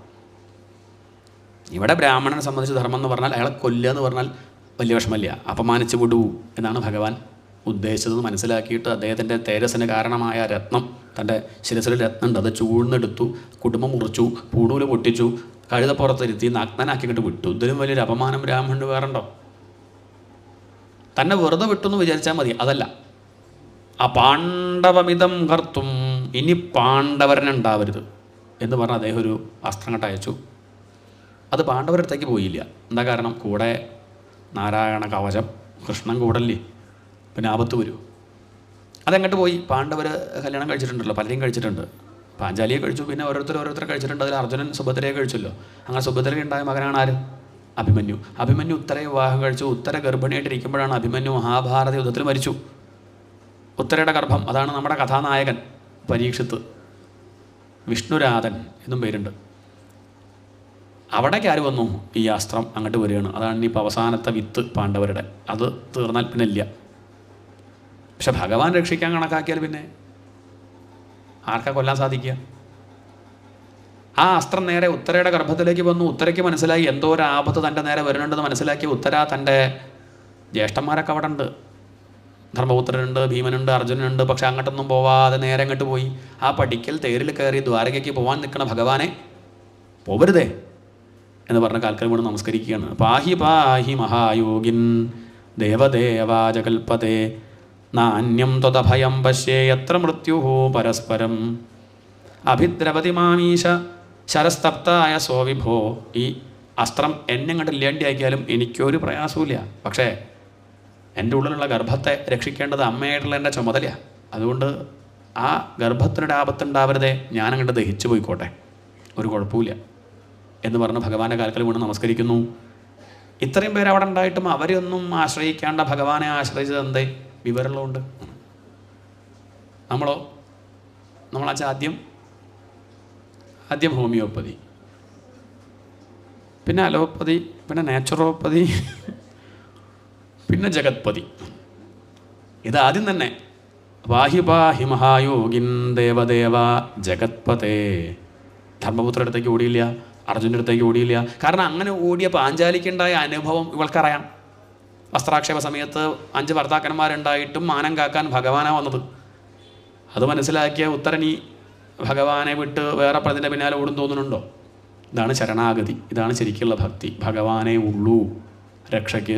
മറ്റുള്ളവരൊക്കെ ഫോട്ടോ എടുക്കുമ്പോൾ കൂടെ ഉണ്ടാവും, ചോറ് കൊണ്ട് കൂടെ ഉണ്ടാവും, പിന്നെ പിറന്നാളിനുണ്ടാവും, ഷഷ്ടിപൂർത്തിക്ക് ശതാഭിഷേകത്തിനും ഉണ്ടാവും. എപ്പോഴാച്ചാ വിളിച്ചോലൊട്ടുക എന്നൊക്കെ പറയും ചെയ്യും. വിളിക്കുമ്പോൾ നോട്ട് റീച്ചബിൾ. അവരുടെ കുറ്റമല്ല, അങ്ങനെയാണ് അതിൻ്റെ ഒരു സമ്പ്രദായം, അങ്ങനെയാണ്. അത് ആരുടെയും കുറ്റമൊന്നുമില്ല. അതുകൊണ്ട് ഭഗവാനെ ആശ്രയിക്കൂ എന്നാണ്. എത്ര മൃത്യുഹു പരസ്പരം. അവർക്കൊക്കെ പ്രശ്നങ്ങളുണ്ട്. നമ്മളിപ്പോൾ ആശ്രയിക്കുന്നവർക്കൊക്കെ പ്രശ്നങ്ങളുണ്ട്. നമ്മളെക്കാൾ വലിയ പ്രശ്നങ്ങളാണ്. നമ്മൾ നമ്മുടെ പ്രശ്നം പറയുമ്പോൾ അവരുടെ പ്രശ്നം പറയും. അപ്പോൾ നമുക്ക് മനസ്സിലാവും, ഞാനട്ടോ ഭേദം, അത്ര പ്രശ്നം നമുക്കില്ല. അത്രയേ ഉള്ളൂ. എല്ലാവർക്കും ഉണ്ട് ഈ പ്രശ്നങ്ങളെ. എത്ര മൃത്യുഹു പരസ്പരം. എല്ലാവർക്കും മൃത്യുഭയമുണ്ട്. ഞാൻ രക്ഷിക്കാമെന്നൊക്കെ പറയുന്നേ ഉള്ളൂ. ആർക്കാരെ രക്ഷിക്കാൻ പറ്റും? പാമ്പിൻ്റെ വായിലുള്ള തവള തൻ്റെ ഭാര്യത്തവളയോട് പറയുക, അത് മാളത്തിലിരിക്കുക, അത് സേഫാ. വേണ്ട, അതിനോട് പറയണം, നീ പേടിക്കേണ്ട, ഞാനില്ലേ. ഭാര്യ ചിരിക്കുക ഇയാളുടെ ഈ വർത്തമാനം കേട്ടപ്പോൾ. പാമ്പ് വായടച്ച ഇയാളുടെ കഥ കഴിയും. എന്നിട്ട് അയാളുടെ അഭിമാനം നോക്കൂ, ഞാനില്ലേ എന്ന്. ആരുണ്ട്? എത്ര മൃത്യുഹു പരസ്പരം. അതുകൊണ്ട് ഭഗവാനെ അങ്ങേക്ക് മാത്രമേ രക്ഷിക്കാൻ സാധിക്കുള്ളൂ. അങ്ങ് ജഗത്പതിയാണ്. ഈ ജഗത്തിനെ രക്ഷിക്കുന്ന അങ്ങേക്ക് എൻ്റെ ഉള്ളിലുള്ള ഈ കുട്ടിയെ രക്ഷിക്കാനാണ് പ്രയാസം. അത് കുറച്ച് പ്രയാസമാണ്. അങ്ങനെ അങ്ങ് പറയരുത്. മഹായോഗിൻ, അങ്ങ് സാധാരണക്കാരനല്ല, യോഗീശ്വരനല്ലേ അങ്ങ്. ദേവന്മാർക്ക് ദേവനായിട്ടുള്ള അങ്ങനെയൊക്കെയാണോ ഇതൊരു പ്രയാസമുള്ള കാര്യം? ഭഗവാൻ അവരുടെ ആ ഭക്തി കണ്ട് മനസ്സിലാക്കി ആ പരീക്ഷത്തിനെ രക്ഷിച്ചു, ഉള്ളിലേക്ക് പ്രവേശിച്ചു, തൻ്റെ ആ മഹിമ കാണിച്ചു, ബ്രഹ്മാസ്ത്രത്തെ നിർവീര്യമാക്കി ആ പരീക്ഷത്തിനെ രക്ഷിച്ചു. അതാണ് പരീക്ഷത്തിൻ്റെ ഭാഗ്യം. ഗർഭത്തിലിരിക്കെ തന്നെ ഭഗവാനെ കാണാൻ സാധിച്ചു. അതുകൊണ്ടാണ് ഭാഗവതം കേൾക്കാൻ അദ്ദേഹത്തിന് പറ്റിയത്. ഗർഭത്തിലിരിക്കെ തന്നെ ഭഗവാനെ കണ്ട ഒരാളാണ് ശ്രീശുകരും. തമ്മിൽ കൂടിച്ചേരുകയാണ് രണ്ടുപേരും അതാണ് സാമ്യത, രണ്ടുപേരും തമ്മിലുള്ള സാമ്യം. ഏതായാലും ഈ ഒരു കാഴ്ച കണ്ട ആ മുത്തശ്ശിക്കിനി നമസ്കരിക്കാണ്ടിരിക്കാൻ വയ്യ. ഇതുവരെയും പിന്നെ സഹോദരൻ്റെ മകനല്ലേ എന്നൊക്കെ കരുതി അങ്ങനെ ഭഗവാനെ നമസ്കരിക്കാണ്ടിരിക്കുന്നു. പക്ഷേ ഇനി വയ്യട്ടോ, പ്രായം തന്നെക്കാൾ കുറവാണെന്ന് പറഞ്ഞിട്ട് കാര്യമില്ല, സഹോദരൻ്റെ മകനാണെന്ന് പറഞ്ഞിട്ട് കാര്യമില്ല. ഇങ്ങനെയും ഇത്രയും വിശേഷമായിട്ടൊരു കാര്യം തനിക്ക് വേണ്ടി ചെയ്യുമ്പം ആ ഭഗവാനെ നമസ്കരിക്കാണ്ടിരിക്കാൻ പറ്റുമോ? അതുകൊണ്ട് ഇനി വൈകിയാൽ പറ്റില്ല എന്ന് കരുതി മുത്തശ്ശി ഓടി വന്നു. എല്ലാവരും കാണുക തൊഴുതം കണ്ട് നമസ്കരിച്ചു. ആ അമ്മയുടെ സ്തുതിയാണ് കുന്തി സ്തുതി. നമസ്യേ പുരുഷം തുവാദ്യം ഈശ്വരം പ്രകൃതേ പരം. നമസ്യേ, ഞാൻ നമസ്കരിക്കുന്നു. നീ വേണ്ടാന്ന് പറയണ്ട. കൃഷ്ണൻ പറയും ചിലപ്പോൾ, വേണ്ട അച്ചമ്പങ്ങളെ, ഇങ്ങോട്ട് നമസ്കരിക്കരുത്, ഞാൻ അങ്ങോട്ടാണ് നമസ്കരിക്കേണ്ടത്, ഇയാളുടെ അങ്ങോട്ട് നമസ്കരിച്ച് എന്നെ വഷളാക്കരുതേ എന്ന് പറയരുത്. നിന്നെ ഞാനിപ്പം എൻ്റെ സഹോദരൻ്റെ മകനായിട്ടല്ല ഇപ്പം കാണുന്നത്. ഇപ്പം ഞാൻ കാണുന്നത് എങ്ങനെയാണ്? പുരുഷം തു ആദ്യം ഈശ്വരം പ്രകൃതേഹ പരം. ഈ പ്രകൃതിക്കും അപ്പുറത്തുള്ള പരമപുരുഷനായിട്ടാണ് നിന്നെ ഞാൻ കാണുന്നത്. സഹസ്രശീർഷാ പുരുഷ സഹസ്രാക്ഷ സഹസ്രപാദ് സഭൂമിം വിശ്വതോ വൃത്വ അത്യതിഷ്ഠദശാങ്കുലം പുരുഷ ഏവ ഇദം സർവം യദ്ഭൂതം യച്ച ഭവ്യം. ഇതെല്ലാമായി നിൽക്കണം നീയ. അങ്ങനെയുള്ള പുരുഷനായിട്ടാണ് നിന്നെ ഞാൻ കണക്കാക്കുന്നത്. അതുകൊണ്ട് വേണ്ടെന്ന് പറയണ്ട. നിർഗുണ ബ്രഹ്മ ആയിട്ടാണ് ഞാൻ കാണുന്നത്. അലക്ഷ്യം, നിന്നെ ആർക്കും കാണാൻ പറ്റില്ല. അത് നിൻ്റെ കുറ്റല്ല, അത് കാണാൻ പറ്റാത്തവരുടെ കുറ്റമാണ്. അവർക്ക് അജ്ഞാനമുള്ളത് ഭഗവാന്റെ കുറ്റാണ്. സർവഭൂതാനാം അന്തർബഹിരവസ്ഥിതം. എല്ലാത്തിൻ്റെയും അകത്തും പുറത്തിരിക്കുന്നത് കൊണ്ട് നിന്നെ കാണുന്ന പ്രയാസ. അകത്തും പുറത്തുള്ളതിനെ കാണാൻ പറ്റില്ലല്ലോ. വായു അകത്തും പുറത്തും ഉണ്ട്, എല്ലാ ദിക്കിലും ഉണ്ട്. കാണാൻ പറ്റുമോ? ഇല്ല പറഞ്ഞാൽ പറ്റില്ല. കാരണം വായു ഉള്ളതുകൊണ്ടാണ് നമ്മൾ ഇരിക്കുന്നത്. ഈ വായു ഇല്ലെങ്കിൽ നമ്മുടെ കഥ കഴിഞ്ഞു. പക്ഷെ കാണാൻ സാധിക്കില്ല. വൈദ്യുതി കാണാൻ സാധിക്കുമോ? ഇല്ല, ഊഹിച്ചറിയാനേ പറ്റുള്ളൂ.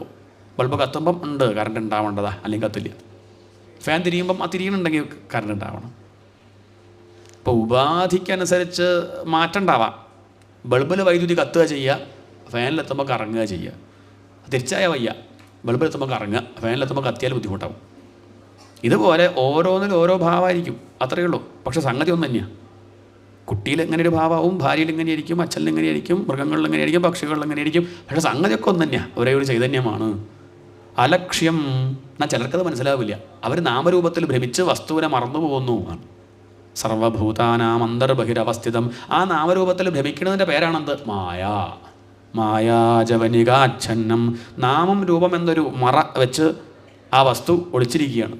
ഇവിടെ ഓട് വിളക്ക് എന്നൊരു മറ വെച്ച് ഒളിച്ചിരിക്കുകയാണ്.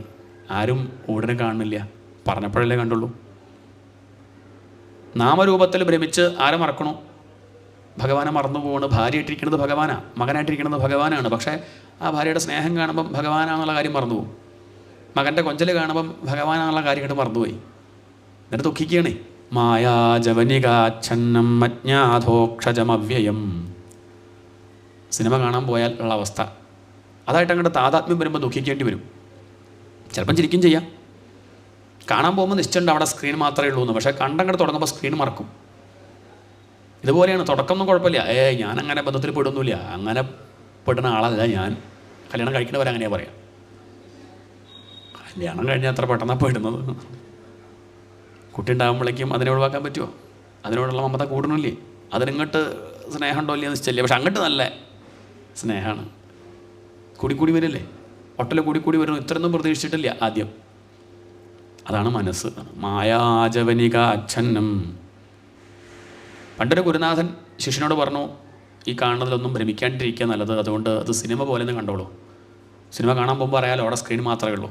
നീ സിനിമ കാണാനൊക്കെ പോയിക്കോ, കുഴപ്പമില്ല. പക്ഷേ സ്ക്രീനല്ലാണ്ട് വേറൊന്നും നീ കാണരുത്. പലതും പൊന്തി വരും, അതിന് പിന്നാലെ പോകരുത്. ഇല്ല എന്നൊക്കെ പറഞ്ഞ് പോയി അവിടെ ഇരുന്നു. കുറച്ച് കഴിഞ്ഞപ്പോൾ പേരെഴുതി കാണിക്കാൻ തുടങ്ങി. പിന്നെ നായകൻ അങ്ങോട്ട് വന്നപ്പോഴേക്കും പിന്നെ അയാളുടെ പിന്നാലെ പിന്നെ സ്ക്രീനൊക്കെ മറന്നു. നായകനും നായികയൊക്കെ വന്നു, ഡാൻസ്, പാട്ട്, ചിരി, കളി. അവസാനം നായകൻ മരിച്ചു, സങ്കടമായി, കരഞ്ഞ് വരികയാണ്. സിനിമ കഴിഞ്ഞപ്പോൾ സ്ക്രീൻ അവിടെ ഉണ്ട്, പക്ഷേ ഇടയ്ക്ക് വെച്ച് മറന്നുപോയി. ഈ സ്ക്രീനിനെ ശ്രദ്ധിച്ചില്ല. അദ്ദേഹം തിരിച്ചു വന്ന് ഗുരുനാഥനോട് ലജ്ജിച്ചും കൊണ്ട് കാര്യം പറഞ്ഞു. ഞാൻ ശ്രമിച്ചു, പക്ഷേ ഭ്രമിച്ചു പോയി, മോഹിച്ചു പോയി. ഇതന്നെയാണ് പ്രശ്നം. നമ്മളില്ല എന്നൊക്കെ പറയും, പക്ഷെ അങ്ങോട്ട് പുറപ്പെട്ട് തുടങ്ങിക്കഴിഞ്ഞാൽ മറന്നുപോകും. പക്ഷെ നീ പേടിക്കണ്ട. ഇനിയൊരു ഉപാസനാ മാർഗം എന്താ ചോദിച്ചാൽ, നീ ഇപ്പോൾ കണ്ടതൊക്കെ സ്ക്രീൻ തന്നെയാണ്. നീ ഇപ്പോൾ കണ്ടതും അനുഭവിച്ചതൊക്കെ ബ്രഹ്മത്തെ തന്നെയാണ്. നീ അവിടെ കണ്ടു, നായകനെ കണ്ടു പറഞ്ഞിട്ട് കാര്യമില്ല, നീ മോഹൻലാലിനെ കണ്ടു പറഞ്ഞിട്ട് കാര്യമില്ല. നീ പോയി മോഹൻലാലിനെ തൊട്ടാൽ മോഹൻലാൽ അറിയുന്നില്ല. തുടർന്ന് എന്താ? സ്ക്രീനാണ്. അത്രയേ ഉള്ളൂ. നമ്മളിപ്പോൾ അനുഭവിച്ചതൊക്കെ എന്തുതന്നെയാണ്? നമ്മളിപ്പോൾ ഭാര്യയെ കെട്ടിപ്പിടിക്കുകയാണെങ്കിലും മകനെ കെട്ടിപ്പിടിക്കുകയാണെങ്കിലും കെട്ടിപ്പിടിക്കുന്നത് ആരെ തന്നെയാണ്? ബ്രഹ്മത്തെയാണെന്ന് വിചാരം ചെയ്തു നോക്കുക. വലിയ പ്രയാസമുള്ള കാര്യമൊന്നുമല്ല. പക്ഷെ നമ്മൾ ശ്രമിക്കില്ല. ആ വാശി ഒഴിവാക്കിയാൽ മതി. ഈ ചെയ്യണതൊക്കെ ഈശ്വര പൂജ തന്നെയാണ്. ഞാൻ ആശ്രയിക്കുന്നതും തുടർന്നതും ഒക്കെ ഭഗവാനെ തന്നെയാണ് എന്നൊന്ന് സങ്കല്പിച്ചു നോക്കൂ. അതാണ് സത്യം. സങ്കല്പിക്കേണ്ട കാര്യമൊന്നുമില്ല. അത് കൃത്രിമമായിട്ട് ചെയ്യുന്നല്ല, അതാണ് സത്യം. അങ്ങനെയാണെങ്കിൽ ഈ മായയെ ജയിക്കാൻ സാധിക്കും. അങ്ങനെയല്ലേ ഋഷിമാരും പരമഹംസന്മാരായിട്ടുള്ള മുനിമാരൊക്കെ ഈ മായയെ ജയിച്ചത്. പക്ഷേ അബലയും സ്ത്രീയുമായിട്ടുള്ള എനിക്കിത്ര സാധിച്ചു ചോദിച്ചാൽ അറിയില്ല കേട്ടോ. ഞാൻ കണക്കാക്കുന്നത് എന്താ വെച്ചാൽ എനിക്ക് സൗകര്യം നിന്നെ കൃഷ്ണനായിട്ട് കാണാൻ തന്നെയാണ്. കൃഷ്ണായ വാസുദേവായ എന്തൊക്കെ പറഞ്ഞാലും എൻ്റെ സഹോദരൻ ഭാഗ്യവാനാ. നിന്നെ മകനായിട്ട് കിട്ടിയില്ലേ? വാസുദേവായ, വസുദേവൻ്റെ മകനല്ലേ നീ? ദേവകീ നന്ദനായ ച, ദേവകിയുടെ ഭാഗ്യം ആലോചിച്ചാൽ ഞാൻ അച്ചമ്പങ്ങളെ ആയിട്ടുള്ളൂ, അമ്മയായിട്ടില്ലല്ലോ എന്നാണ്. അപ്പോൾ നീ കുറച്ചധികം സ്നേഹം ദേവകിയോട് കാണിച്ചൂലേ? ദേവകി ഇതിൻ്റെ അമ്മയായല്ലോ. ദേവകിക്ക് പാൽ കൊടുക്കാനൊക്കെ പറ്റി, നിവേദ്യം സമർപ്പിക്കാനൊക്കെ സാധിച്ചില്ലേ? ദേവകീ നന്ദനായ ച, അതിലും ഭാഗ്യം നന്ദഗോപർക്കുണ്ടോ എന്ന് സംശയമുണ്ട് കേട്ടോ. കാരണം നിൻ്റെ കുട്ടിക്കളി കാണാനുള്ള ഭാഗ്യം എൻ്റെ സഹോദരനായ വസുദേവർക്കുണ്ടായില്ല. 10-11 വയസ്സ് കഴിഞ്ഞ കൃഷ്ണനെ ആര് കണ്ടുള്ളൂ? വസുദേവർ കണ്ടുള്ളൂ. എന്നാൽ കുട്ടികളെ സംബന്ധിച്ച് ഒരു അച്ഛനെ അമ്മയുടെ ഏറ്റവും വലിയ ഭാഗ്യം ആ ഒരു 10 വയസ്സ് വരെ കാണില്ല. 2 വയസ്സ് 3 വയസ്സ് കൊഞ്ചി കൊഞ്ചി അച്ഛാന്ന് വിളിക്കുന്നത്, അമ്മയെന്ന് വിളിക്കുന്നത്, ആ മൃദുവായിട്ടുള്ള ശരീരം തൊടുമ്പോൾ തന്നെ എന്തൊരു ആനന്ദം. അതൊക്കെ ഒരു 11 വയസ്സ് കഴിഞ്ഞാൽ ഉണ്ടാവുമോ? ദേഷ്യം വരുന്നുള്ളൂ 11 വയസ്സ് കഴിഞ്ഞ് കുട്ടികളെ കാണുമ്പോൾ. പറഞ്ഞാലും കേൾക്കില്ല. അതെ, അതൊക്കെ ആ കുട്ടിക്കാലത്ത് കാണേണ്ട ഈ ഭാഗ്യം ആർക്കുണ്ടായത്? നന്ദഗോപർക്കല്ലേ? നന്ദഗോപകുമാരായ. ഇനി അടുത്ത് പറയേണ്ടത് എന്താ? യശോദയുടെ ഭാഗ്യം പറയണം.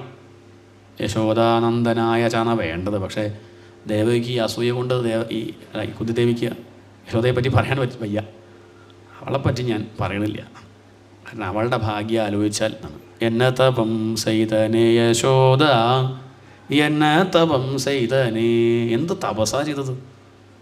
അതുകൊണ്ട് ഒരു ശ്ലോകത്തിൻ്റെ ഒരു കഷ്ണത്തിൽ ഒതുക്കാൻ പറ്റില്ല. അവൾക്ക് വേണ്ടി ഞാൻ അവസാനം ഒരു ശ്ലോകം തന്നെ, വൃത്തം മാറ്റിയൊരു ശ്ലോകം ആർക്ക് വേണ്ടി? യശോദയ്ക്ക് വേണ്ടി മാറ്റി വെച്ചിട്ടുണ്ട്. എന്തായാലും ദേവകിയോട് കാണിച്ചതിനേക്കാൾ കാരുണ്യം എന്നോട് കാണിച്ചിട്ടുണ്ട് നീ. കാരണം ആ കാരാഗ്രഹത്തിലുള്ള ദേവകിയെ നീ 11 വയസ്സ് കഴിഞ്ഞിട്ടേ മോചിപ്പിച്ചുള്ളൂ എങ്കിൽ എനിക്ക് എപ്പോഴെപ്പോഴൊക്കെ ദുഃഖം ഉണ്ടാകുന്നു അപ്പോഴൊക്കെ നീ എൻ്റെ മുന്നിലെത്താറില്ലേ? സന്ദർഭം ഞാൻ പറയണോ? വിഷാത് മഹാഗ്നേഹേ പുരുഷാത ദർശനാത് അസൽ സഭായാം വനവാസകൃച്ഛ്രത. ഭഗവാന്റെ കാരുണ്യം എണ്ണി എണ്ണി പറയണം. ഇതിനാണ് അമ്പലത്തേക്ക് വരുന്നത്. അങ്ങനെയാണ് വരേണ്ടത്. അതുകൊണ്ട് ഭഗവാന്റെ കുറ്റെടുത്ത് പറയല്ല. എന്നാലും ഗുരുവായൂർ തിരിഞ്ഞു നോക്കിയില്ലല്ലോ എന്നെ. ഞാൻ എത്ര വഴിപാട് കഴിച്ചു, തുലാഭാരം കഴിച്ചില്ലേ? ഇതാണ് നമ്മൾ പറയണത്. അതാണ് വ്യത്യാസം. ഇതാണ് ഭക്തി എന്ന് കാണിച്ചു തരികയാണ്. ഒരു കുറ്റാര് പറയണില്ല. ഇത്രയ്ക്കധികം ദുരിതം അനുഭവിച്ചൊരു അമ്മ ലോകത്ത് വേറില്ല. കുന്തിദേവിയെ പോലെ പ്രയാസം അനുഭവിച്ചൊരു സ്ത്രീ വേറുണ്ടോ ലോകത്തൊന്ന് കാണിച്ചൊരു? ആ കഥയൊക്കെ നോക്കും മഹാഭാരതം. അപ്പോഴാണ് മനസ്സിലാവുക എത്ര പ്രയാസം അനുഭവിച്ചു.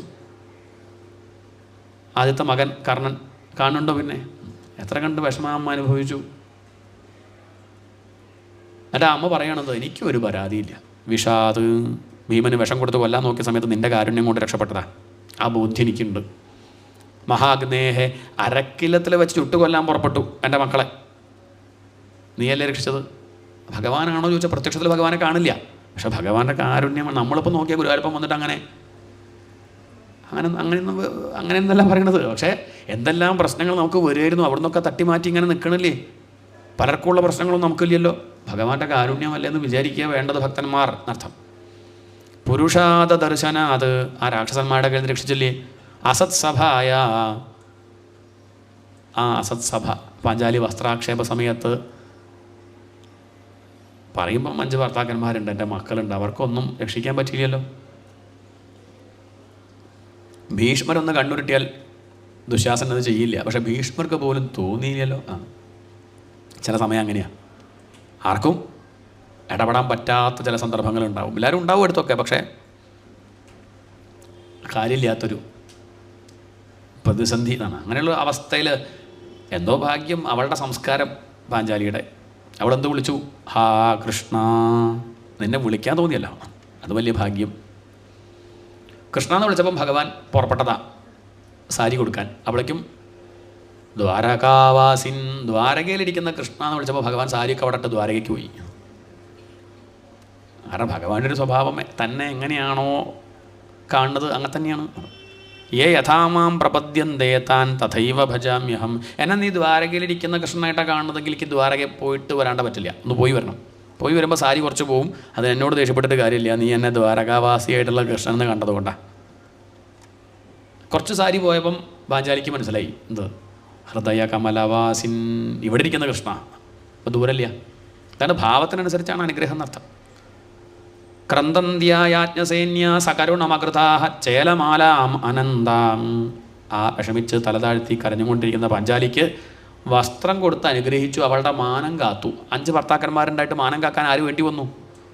സ്ത്രീകളുടെ മാനത്തിന് ഇത്രയധികം വില കൽപ്പിക്കുന്നൊരു പുരുഷൻ ലോകത്ത് വരല്ല. ആ ഭഗവാനെയാണ് നമ്മൾ കുറ്റം പറയുക. അപ്പോൾ സ്ത്രീകളുടെ ജലം കൊണ്ടുപോയി നമ്മൾ കുറ്റം പറയും. ദുശാസൻ അങ്ങനെ അഴിച്ചഴിച്ച് അവസാനം ദുശാസൻ്റെ ബോറടിച്ച് നിർത്തേണ്ടായത്. രാവിലെ 8:45 തുടങ്ങി വൈകുന്നേരം 5:30 കഴിയണില്ല സാരി. അങ്ങനെ അഴിക്കുന്നു, ഭഗവാൻ അങ്ങനെ കൊടുക്കുന്നു. അങ്ങനെ മാനം കാത്തില്ലേ, ശപിക്കാൻ വന്ന ദുർവാസാവിൻ്റെ കയ്യിൽ നിന്ന് രക്ഷിച്ചില്ലേ. എത്ര സന്ദർഭം. ഇപ്പതാ അവസാനം ദ്രൗണ്യസ്ത്രതശ്ചാസ് മഹരേ അഭിരക്ഷിത. ഈ ദ്രൗണി അയച്ച അസ്ത്രം, ദ്രൗണി പറഞ്ഞ ദ്രോണൻ്റെ മകൻ അശ്വത്ഥാമാവ് അയച്ച അസ്ത്രത്തിന് രക്ഷിച്ചതാരാ? എനിക്ക് സംശയമൊന്നുമില്ല, നീ തന്നെയാ.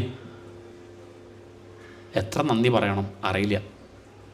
ഒരു പ്രാർത്ഥനയുള്ളൂ ഈ അമ്മയ്ക്ക്, വിപദഃ സന്തു, ആപത്ത് വരട്ടെ, ആപത്ത് വരട്ടെ. നമ്മൾ ആപദാം അപഹർത്താരെന്നാ പറയുക. ഇത് തിരിച്ചാ, ആപത്ത് വരട്ടെ, ഒരു പ്രശ്നവുമില്ല. എന്താ കാരണം? ആപത്ത് വരുമ്പോഴേ കൃഷ്ണ നിന്നെ ഈ വഴിക്ക് കാണുള്ളൂ. ഞങ്ങൾ സന്തോഷമായിട്ടിരിക്കുമ്പോൾ നിന്നെ ഇവിടെ കാണാറില്ല. ആപത്ത് വരുമ്പോഴൊക്കെ നിന്നെ ഇവിടെ കാണുന്നുണ്ട്. എനിക്ക് പ്രധാനം നിന്നെ കാണല. ഇതാണ് ഭക്തി. ആപത്താണോ സമ്പത്താണോ നോക്കണില്ല, ഭഗവാനെ കാണണം, അത്രയേ ഉള്ളൂ. അതുകൊണ്ട് ആപത്ത് വരുമ്പം മാത്രമേ നീ ഇവിടേക്ക് വരുള്ളൂ എങ്കിൽ ഞങ്ങൾക്ക് ആപത്ത് ഇഷ്ടമാണ്. വിപദഃ സന്തു നശ്വത്തത്ര തത്ര ജഗദ്ഗുരോ ഭവതോ ദർശനം യത് സ്യാത് അപുനർഭവ ദർശനം. അല്ലെങ്കിലും ദുഃഖം വരുമ്പോഴാട്ടോ നിന്നെ ഞങ്ങൾ ആത്മാർത്ഥമായിട്ട് ഭജിക്കാറ്. സന്തോഷത്തുനിന്ന് വലിയ പാഠങ്ങളൊന്നും പഠിക്കാറില്ല, അഹങ്കരിക്കാൻ പഠിക്കുന്നല്ലാണ്ട് വേറൊന്നും പഠിക്കാറില്ല. ദുഃഖത്തുനിന്നോ ഒരു ദുഃഖം കണ്ട് അനുഭവിക്കുമ്പോൾ ഒരു സപ്താഹം കേട്ട ഫല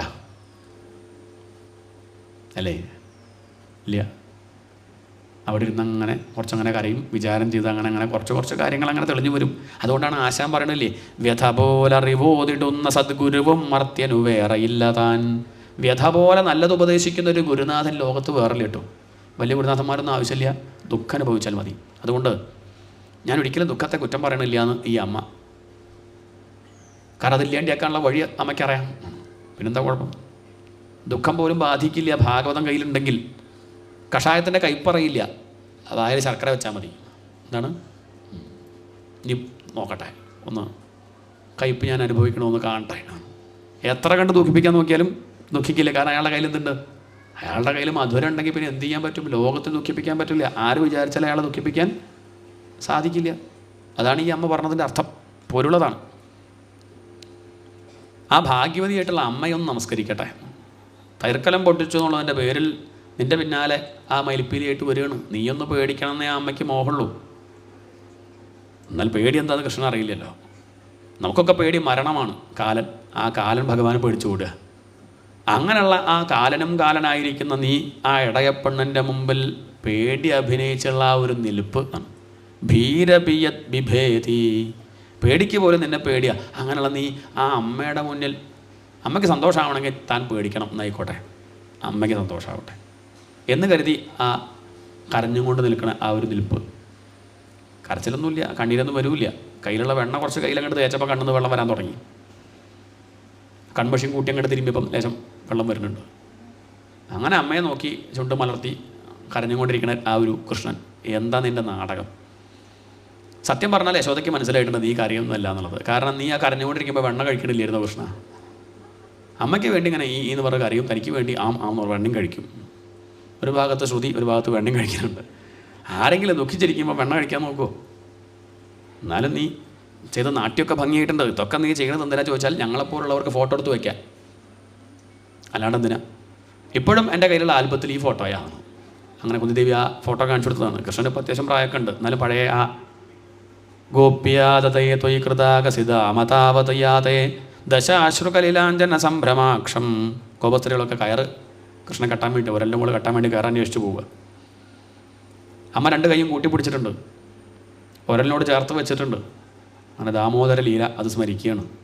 ആ അമ്മയ്ക്ക് സന്തോഷമാവാൻ വേണ്ടി പേടി അഭിനയിച്ച കൃഷ്ണ, നീ ഭക്തന്മാർക്ക് വേണ്ടി എന്ത് ചെയ്യില്ല എന്ന്. അപാരം തന്നെ. നീ ഇവിടെ അവതരിച്ചത് അതിന് വേണ്ടിയിട്ട് തന്നെയാണ്. ശൃണ്വന്തി ഗായന്തി ഗൃണന്തി അഭീഷ്ണശഃ. ഞങ്ങളെപ്പോലുള്ള സംസാരികൾ പലതരത്തിലുള്ള ദുഃഖങ്ങൾ അനുഭവിക്കുമ്പോൾ നിൻ്റെ ഈ കഥകളൊക്കെ തന്നെയാണ് ഞങ്ങൾക്ക് ഒന്ന് ഓർത്ത് സമാധാനിക്കാനുള്ള വകുപ്പ്. അതിനു വേണ്ടിയാണ് നീ അവതരിച്ചത്. അല്ലാണ്ട് പാണ്ഡവരെ രക്ഷിക്കാനോ യാദവന്മാരുടെ നന്മയ്ക്ക് വേണ്ടിയൊന്നുമല്ല, ഭൂമിയുടെ ഭാരം തീർക്കാനൊന്നും വേണ്ടിയല്ല. ഒക്കെ സപ്താഹക്കാർക്ക് വേണ്ടിയിട്ട്, അവർ ജീവിക്കാൻ. അല്ലെങ്കിൽ അവർ പോയത് പുസ്തകം വായിക്കുക, കഴിഞ്ഞു പോകണ്ടേ. ശൃണ്വന്തി ഇതാണ്, അതിന് വേണ്ടിയിട്ട് തന്നെയാണ്. ഗായന്തി, ഇതങ്ങോട്ട് വായിച്ചാൽ എല്ലാ ദുഃഖങ്ങളും മറക്കുകയാണ്. കുറച്ച് നേരത്തേക്കാണെങ്കിൽ കുറച്ച് നേരത്തേക്ക് മറക്കണുണ്ടല്ലോ, അതിന് വേണ്ടിയാണ് നീ അവതരിച്ചത്. ഒരു പ്രാർത്ഥന എനിക്കുള്ളൂ, എൻ്റെ ഈ മനസ്സ് പൂർണ്ണമായിട്ട് നിനക്ക് തരണം എന്നൊക്കെ എനിക്കുണ്ട്. പക്ഷേ പാണ്ഡവരോടുള്ള മമത കാരണം പൂർണ്ണമായിട്ട് നിനക്ക് തരാൻ പറ്റുന്നില്ല. നീ എൻ്റെ മനസ്സിലില്ല എന്ന് ഞാൻ പറയണില്ല, പകുതി നീയാ, പക്ഷെ പകുതി പാണ്ഡവരാ. എന്താ അപ്പം അമ്മയുടെ ആഗ്രഹം? ഈ പാണ്ഡവരോടുള്ള ഈ പൂർണ്ണ മനസ്സും കൂടി നിന്നിലേക്ക് ഒഴുക്കി വിടണം എന്ന് ആഗ്രഹമുണ്ട്. പക്ഷെ എന്ത് ചെയ്യാം, അമ്മയല്ലേ. മക്കളിലേക്ക് ഇങ്ങനെ മനസ്സ് പോയി പോകും. മക്കൾക്ക് കേട്ടില്ലെങ്കിലും അമേരിക്കയിലുള്ള മകൻ ഇപ്പോൾ ഊണ് കഴിച്ചോ, ഇവിടെയുള്ള അമ്മയ്ക്ക് ടെൻഷൻ. അയാൾ സിനിമ കാണുക ഇവിടുന്ന്, ഒരു കുഴപ്പമില്ല, ഫോൺ ഓഫാക്കിയിട്ട് അമ്മ വിളിക്കേണ്ട കരുതിയിട്ട്. ഇതാണ് മായ, എന്ത് ചെയ്യാൻ പറ്റും. നിന്നിലേക്ക് ഒഴുക്കണം എന്ന് ആഗ്രഹമുണ്ട് ഈ മനസ്സിനെ. പക്ഷേ കുറേയൊക്കെ ഞാൻ ശ്രമിക്കുന്നുണ്ട്, നീയും കൂടി ശ്രമിക്കണം, അല്ലാണ്ട് സാധിക്കില്ല. സ്നേഹപാശമിമം ചിന്തി, ഈ സ്നേഹമാകുന്ന കെട്ട് എന്നെ വല്ലാതെ വിഷമിപ്പിക്കുന്നുണ്ട്. സ്നേഹമാണെങ്കിലും ദ്വേഷമാണെങ്കിലും രണ്ടും കെട്ടന്നെയല്ലേ. ഒന്ന് സ്വർണത്തിൻ്റെ ചങ്ങലയാണ്, ഒന്ന് ഇരുമ്പിൻ്റെ ചങ്ങലയാണ്. രണ്ടായാലും കെട്ടിട്ടാൽ വലിയ സുഖമൊന്നുമില്ല, ഉണ്ടോ. ഇരുമ്പിൻ്റെ ചങ്ങലയ്ക്ക് ഇഷ്ടമല്ല, സ്വർണത്തിൻ്റെ ചങ്ങല എനിക്കിഷ്ടമാണ്, 916 അല്ലേ, കുഴപ്പമില്ല എന്ന് പറയുമോ. ഇപ്പം നമ്മളെയൊക്കെ കെട്ടിയിട്ടത് സ്വർണ്ണം കൊണ്ടുള്ള കെട്ടാണ്. ഉച്ച കഴിഞ്ഞാൽ കാണാം കുറേ പേര് അങ്ങോട്ട് പോകും കെട്ടി ദിക്കിലേക്ക്. ഇല്ലേ? ഇല്ല, നോക്കട്ടെ. സ്നേഹമാകുന്ന കെട്ട് എന്നാണ്. അവിടെയുള്ള പട്ടിക്കുട്ടി ആരാ നോക്ക് തിരുമേനി, ഞാൻ പോണ്ടേ? ഞാൻ പോകില്ല എന്തായാലും, എനിക്കിപ്പോൾ അതിന് നേരമില്ല, നിങ്ങളെന്നെ പോണ്ടി വരും. ആരെയും വിരുന്നാർ വന്നിട്ടുണ്ടാവുമോ, വീട് അടച്ചങ്ങോട്ട് പെട്ടെന്ന് പോരാൻ പറ്റുമോ, വയ്യാത്ത ആളില്ലേ അവിടെ, നോക്കണ്ടേ. പ്രഷറിൻ്റെ ഗുളിക ഞാനല്ലാണ്ട് ആരെടുത്ത് കൊടുക്കുക, അതൊക്കെ വേണം, ശരിയാണ്. ഇതൊക്കെ സ്നേഹമാകുന്ന കെട്ടുകൊണ്ട് ഭഗവാനിൽ നിന്ന് വിട്ടുപോകണില്ലേ, അത്രേ ചോദ്യമുള്ളൂ. ഇവിടെ ചോദ്യം എന്താ വെച്ചാൽ ഭാഗവതം വായിക്കാനും കേൾക്കാനും പറ്റണില്ലല്ലോ. ഇല്ല, എന്നാൽ കെട്ടാ, എന്ത് തന്നെയാണെങ്കിലും അത് കെട്ടാണ്. അത് സ്നേഹത്തിൻ്റെ കെട്ടായിരിക്കാം, ദ്വേഷത്തിൻ്റെ കെട്ടായിരിക്കാം, എന്തായാലും കെട്ട് തന്നെ. ഇപ്പോൾ ഈ പാണ്ഡവരോടുള്ള സ്നേഹം കാരണം പൂർണ്ണമായിട്ട് മനസ്സ് നിലനിൽക്കണില്ല. ഒന്ന് അനുഗ്രഹിക്കണേ കൃഷ്ണ. എനിക്ക് നീ അല്ലാണ്ട് വേറൊരാളില്ല. കാരണം ഭർത്താവ് മരിച്ചു, ബന്ധുക്കൾ എന്നൊക്കെ പറയാമെന്നല്ലാണ്ട് ആരാളുള്ളത് ഇപ്പം. സങ്കടമൊക്കെ പറയാൻ നിന്നോടല്ലാണ്ട് ആരോട് പറയും ഞാൻ. അതുകൊണ്ട് എൻ്റെ ബന്ധുവും സുഹൃത്തും ഗുരുനാഥനും എല്ലാം നീ തന്നെയാണ്. യോഗേശ്വര അഖില ഗുരോ ഭഗവൻ നമസ്തേ. ആ അമ്മ തൊഴുതം കണ്ട് നമസ്കരിച്ചു. ഭഗവാൻ ആ അമ്മയെ നോക്കിയൊന്ന് പുഞ്ചിരിച്ചു. മന്ദം ജഹാസ വൈകുണ്ഠ, എല്ലാ ദുഃഖവും അങ്ങോട്ട് ഇല്ലേണ്ടിയില്ല. എന്തിനാ അമ്മ അങ്ങനെ മക്കളോടുള്ള സ്നേഹം കുറയ്ക്കണം എന്ന് പറയുന്നത്? അതിൻ്റെ ഒന്നും ആവശ്യമില്ല. അമ്മയെ സംബന്ധിച്ച് വീട്ടിലിരുന്നാൽ സ്വതവേ നമുക്ക് ബന്ധനത്തിന് കാരണമാവും വീട്. പക്ഷെ അമ്മയെ സംബന്ധിച്ച് വീട്ടിലുള്ളവരൊക്കെ ഭക്തന്മാരായതുകൊണ്ട് അമ്മയുടെ വീട് ഭജനമട. എപ്പോഴും നാമം ജപിച്ചുകൊണ്ടുള്ള മക്കൾ വലിയ ഭാഗ്യമല്ലേ. അങ്ങനെ ഭക്തിയുള്ള മക്കളുണ്ടെങ്കിൽ സന്തോഷമല്ലേ. അത് മാത്രമല്ല, അമ്മയുടെ വലിയൊരു ഭാഗ്യം വന്ന് കയറി കുട്ടി അങ്ങനെ തന്നെ. ചിലതിൽ അത് ചിലപ്പം പ്രശ്നമാവും. പക്ഷെ അമ്മയുടെ കാര്യത്തിൽ ആ പാഞ്ചാലി മക്കളെക്കാൾ വലിയ ഭക്തിയല്ലേ. ആ ദ്രൗപദിക്ക് വലിയ ഭാഗ്യമല്ലേ. ഒരു പോരുമില്ല, ഒരു പ്രശ്നവും ഇല്ലാണ്ട് അങ്ങനെ സുഖമായിട്ടിരിക്കാൻ സാധിക്കുന്നില്ലേ. എന്നിട്ട് എന്തിനാ അവരോടൊക്കെ ഉള്ള ഈ മനസ്സ് എന്തിനാ ഇല്ലാണ്ടിയാക്കണോ? അതൊക്കെ അവിടെ ഇരിക്കട്ടെ. പകുതി മനസ്സിൽ ഞാനും പകുതി മനസ്സിൽ പാണ്ഡവരും. പക്ഷെ അമ്മയുടെ കുഴപ്പം എന്താ വെച്ചാൽ അമ്മയുടേത് കണക്കാക്കുന്നുണ്ട്. അത് മാറ്റിയിട്ടേ സമാധാനമായിരിക്കാനുള്ള വകുപ്പ് ഞാൻ പറഞ്ഞു തരാം. വഴി എൻ്റെ ഭക്തർന്ന് കാണൂ. എന്താണ് പാണ്ഡവരാരാ? ഭഗവാന്റെ ഭക്തന്മാരാ. തൻ്റെ മക്കളെന്ന് കാണണ്ട, അവിടെ കുഴപ്പം. നമ്മളങ്ങനെ കണ്ടാൽ മതി. തൻ്റെ മകനെ കാണുമ്പം ഭഗവാന്റെ. അപ്പം അതല്ല, എൻ്റെ മകൻ എനിക്ക് പറ്റാത്തതൊക്കെ ഞാൻ അയാളെ കൊണ്ട് ചെയ്യിക്കും. എനിക്ക് ഡോക്ടറാവണം എന്നാ മോഹം, എനിക്ക് പറ്റില്ല, എന്നാൽ പിന്നെ ഞാൻ അവനെ ഡോക്ടറാക്കും. അയാൾക്ക് വേറെന്താണ് മോഹം? എന്നിലൂടെ വന്നേ ഉള്ളൂ, എൻ്റെ അല്ല, അത് ഭഗവാന്റെയാണ് എന്ന് മനസ്സിലാക്കി സ്നേഹിക്കുക ആണ്. സ്നേഹിക്കേണ്ടാവെന്ന് പറയണില്ല, ആ സ്നേഹിക്കുന്നത് ഭഗവാനെയാണെന്നറിയാം, അത്രേ വേണ്ടൂ. അങ്ങനെയാണെങ്കിൽ ഇവിടെ മായയിൽ പെടാതെ കഴിയാം, അല്ലെങ്കിൽ മായയിൽ കുടുങ്ങിയിരിക്കേണ്ടി വരും എന്നാണ് അപ്പം അതിൻ്റെ ഒരു താല്പര്യം. അങ്ങനെയാണ് ആ മുത്തശ്ശിയുടെ സ്തുതി.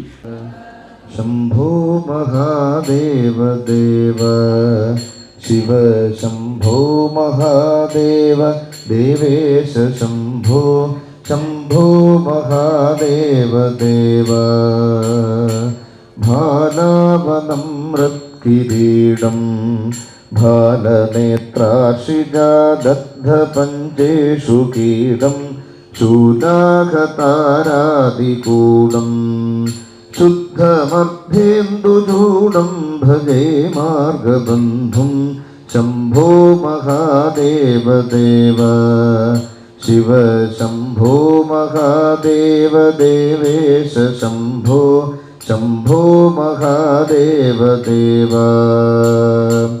അംഗേ വിരാജദ്ഭുജംഗം അഭ്രഗംഗാതരംഗാതിരാമോത്തമാംഗം ഓംകാരവാടീകുരംഗം സിദ്ധസംസേവിതാഘ്രിം ഭജേ മാർഗബന്ധും ശംഭോ മഹാദേവ ദേവ ശിവ ശംഭോ മഹാദേവ ദേവേശ ശംഭോ ശംഭോ മഹാദേവ ദേവ നിത്യം ചിദാനന്ദരൂപം നിന്നുദാശേഷലോകേശ വൈരിപ്രതാപം കാർത്തസ്വരാഗേന്ദ്രചാപം കൃത്തിവാസം ഭജേ ദിവ്യസന്മാർഗബന്ധും ശംഭോ മഹാദേവ ദേവ ശിവ ശംഭോ മഹാദേവ